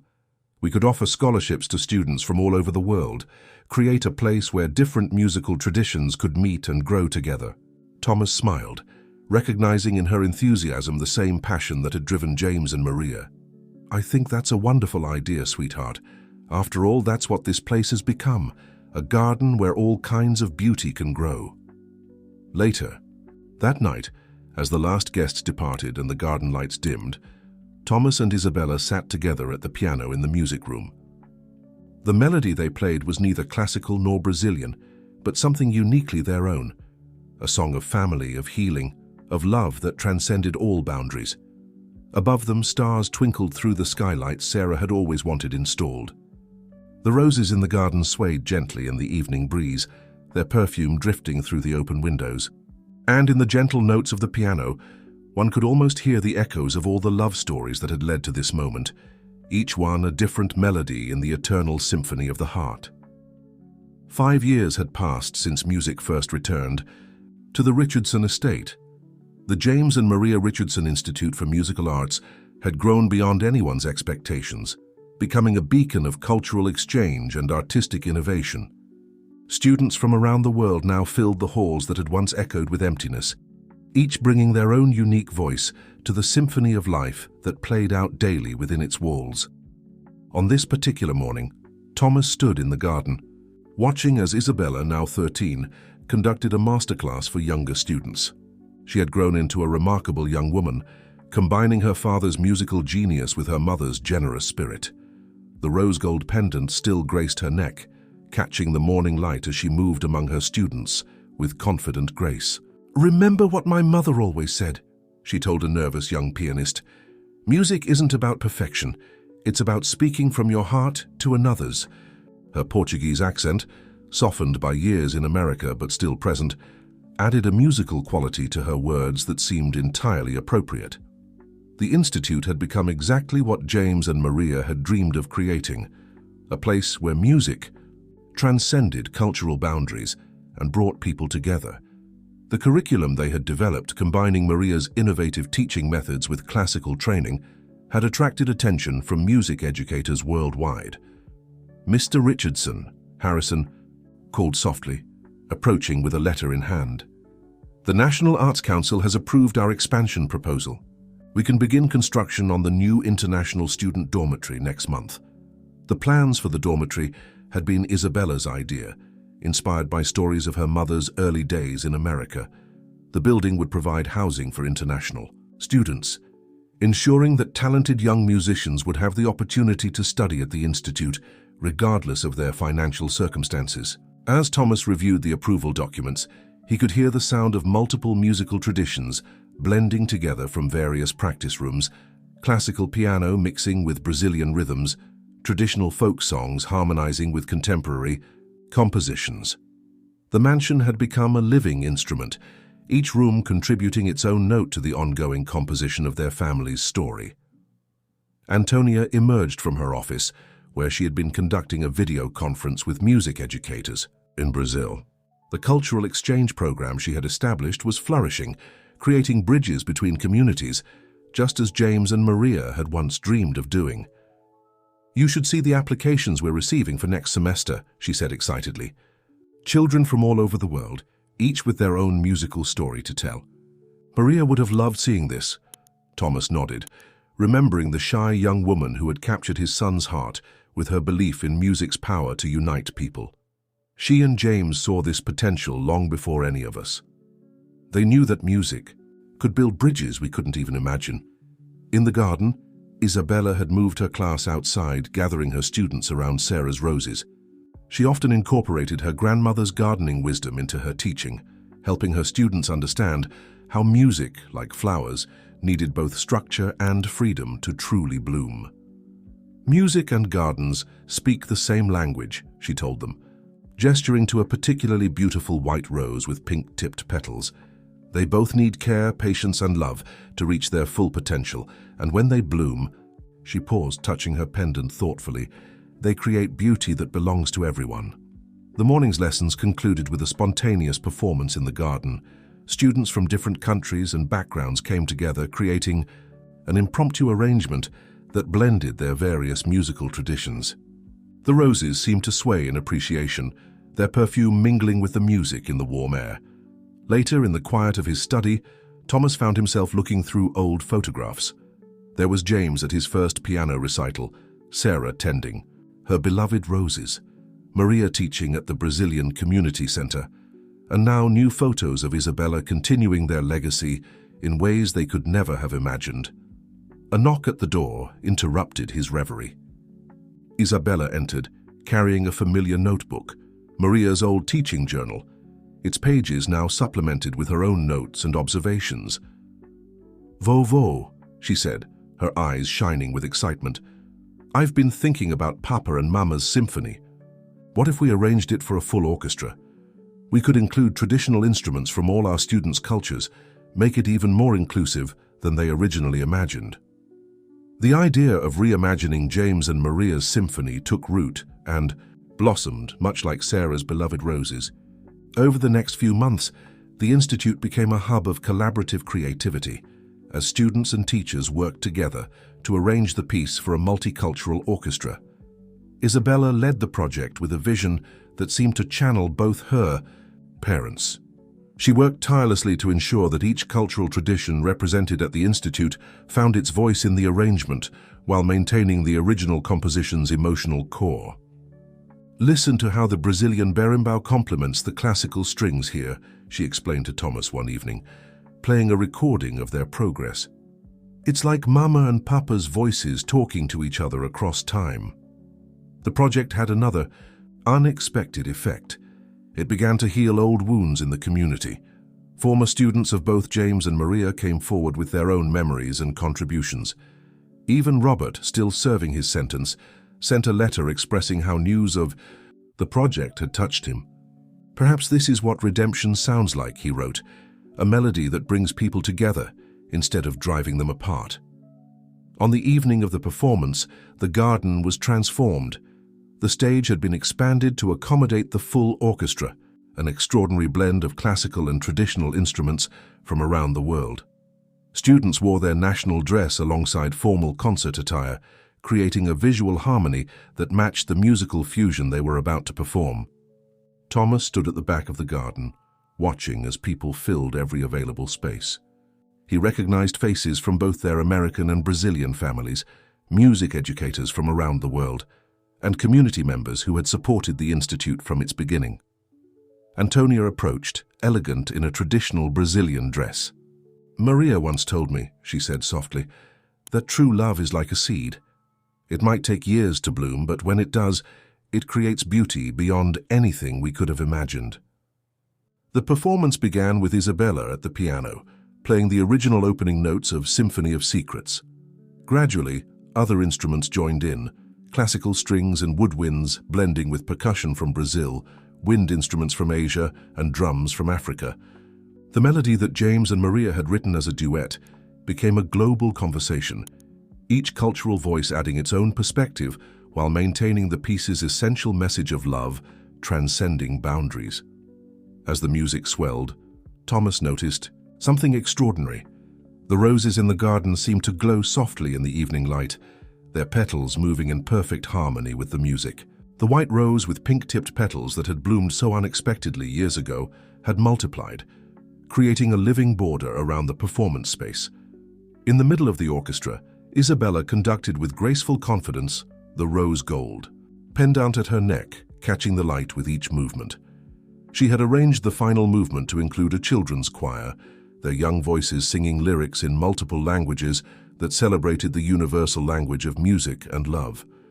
The performance concluded with a powerful fusion of all the musical elements, building to a crescendo that seemed to make the very air vibrate with emotion.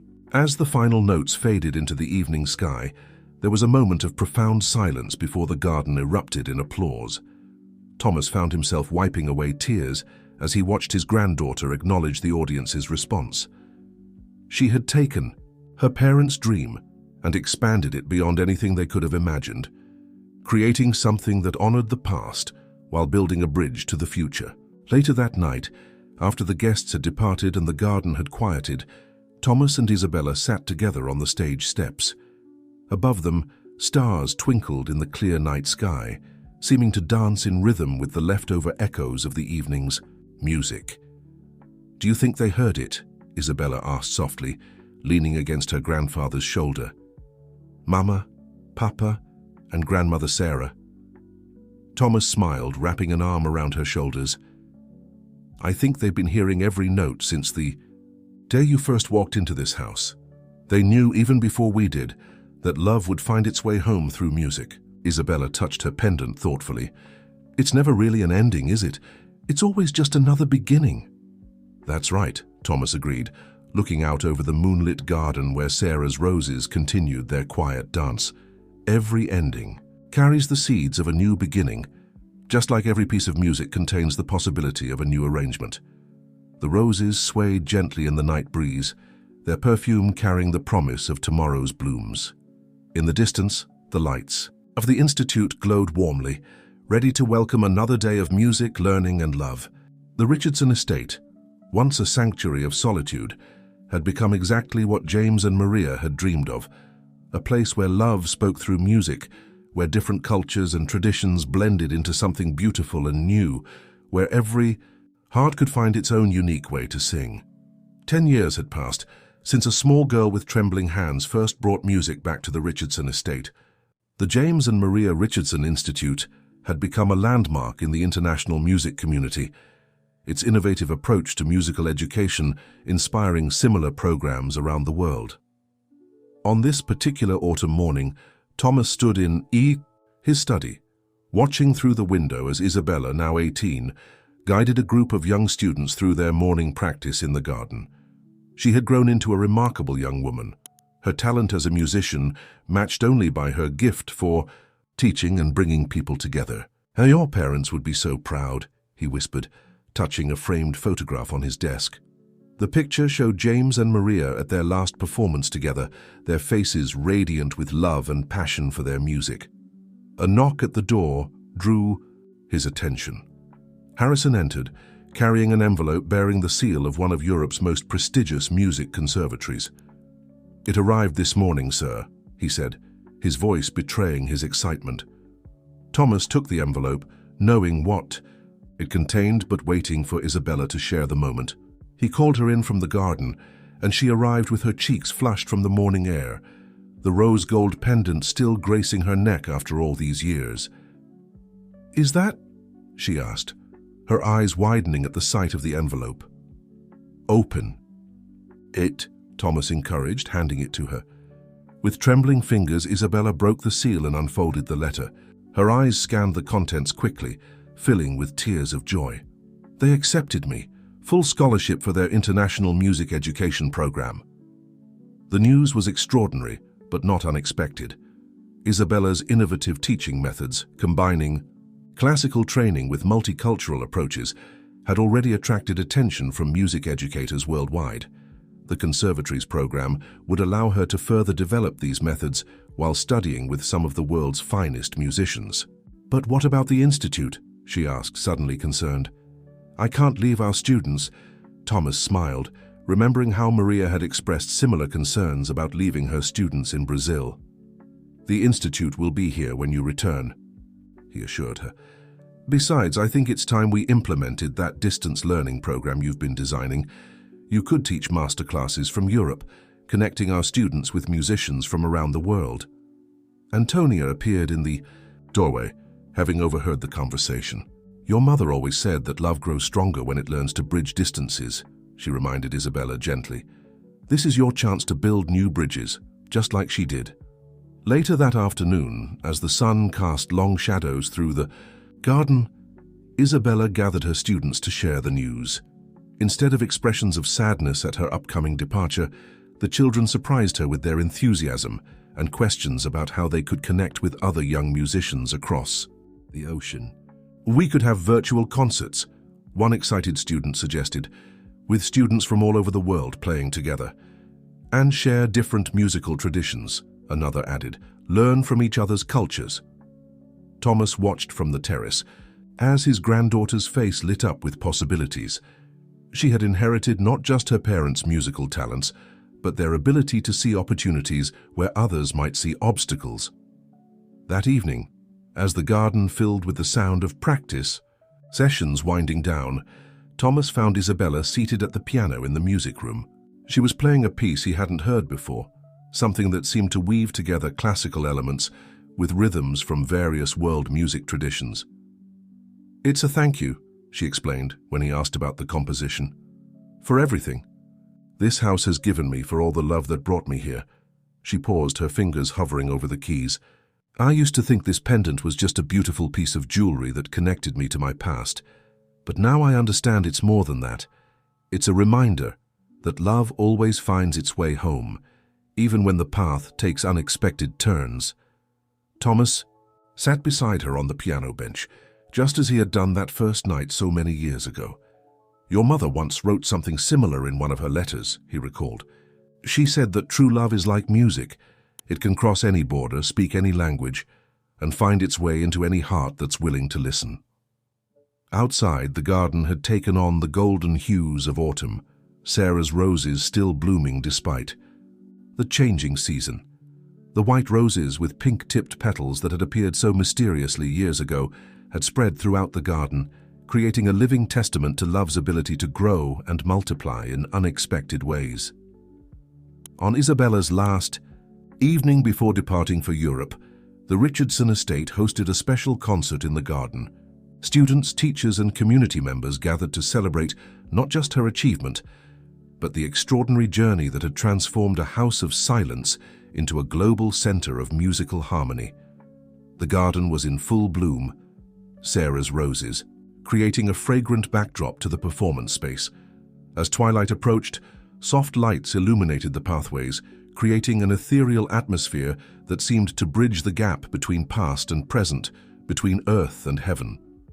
Before the music began, Thomas stood to address the gathering.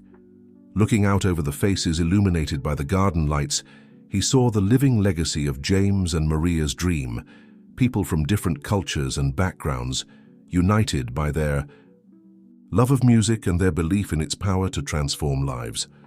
11 years ago, he began, his voice carrying clearly in the evening air, this house was silent. The music had stopped, the roses had withered, and love seemed like a distant memory. He paused, looking at Isabella, who sat at the piano, the rose-gold pendant gleaming at her throat. But then a little girl appeared, cleaning my floors and crying quietly.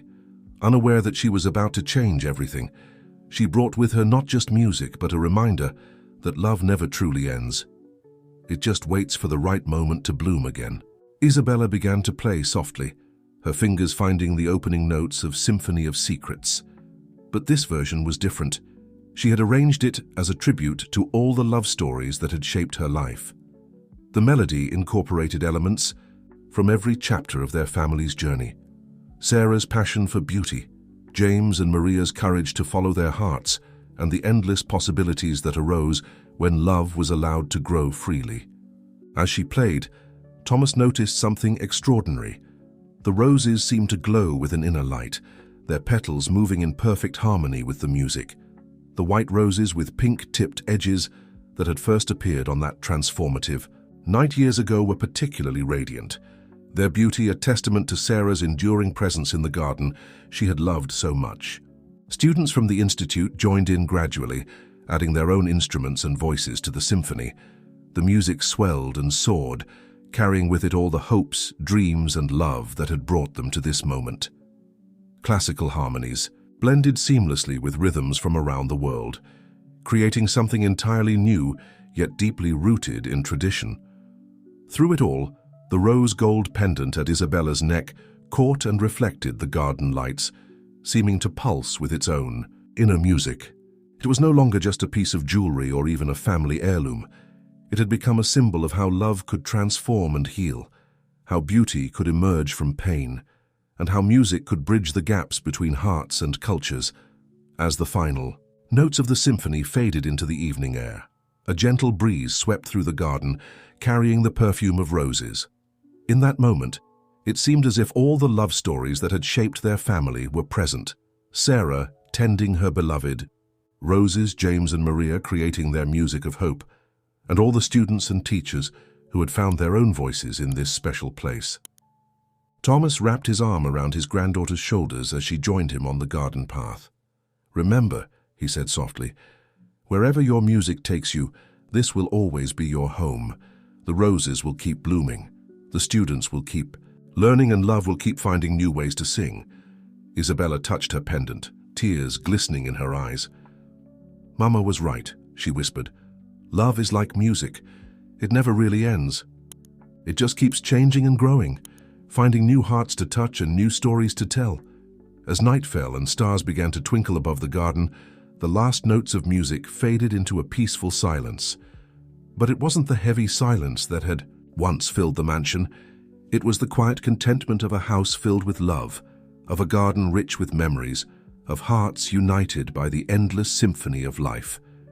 The Richardson estate, once a monument to loss, had become a testament to love's ability to heal, transform, and create beauty from pain. Through the universal language of music, it had become a place where different cultures and traditions could meet and blend, where new generations could learn not just about notes and rhythms, but about the power of love to bridge any distance and heal any wound. As Thomas looked at his granddaughter one last time before she left for her new adventure, he saw in her the perfect blend of all their family's love stories: Sarah's grace, James's passion, Maria's wisdom, and her own unique ability to bring people together through music. The legacy would continue, growing and changing like the roses in the garden, creating new harmonies for generations to come.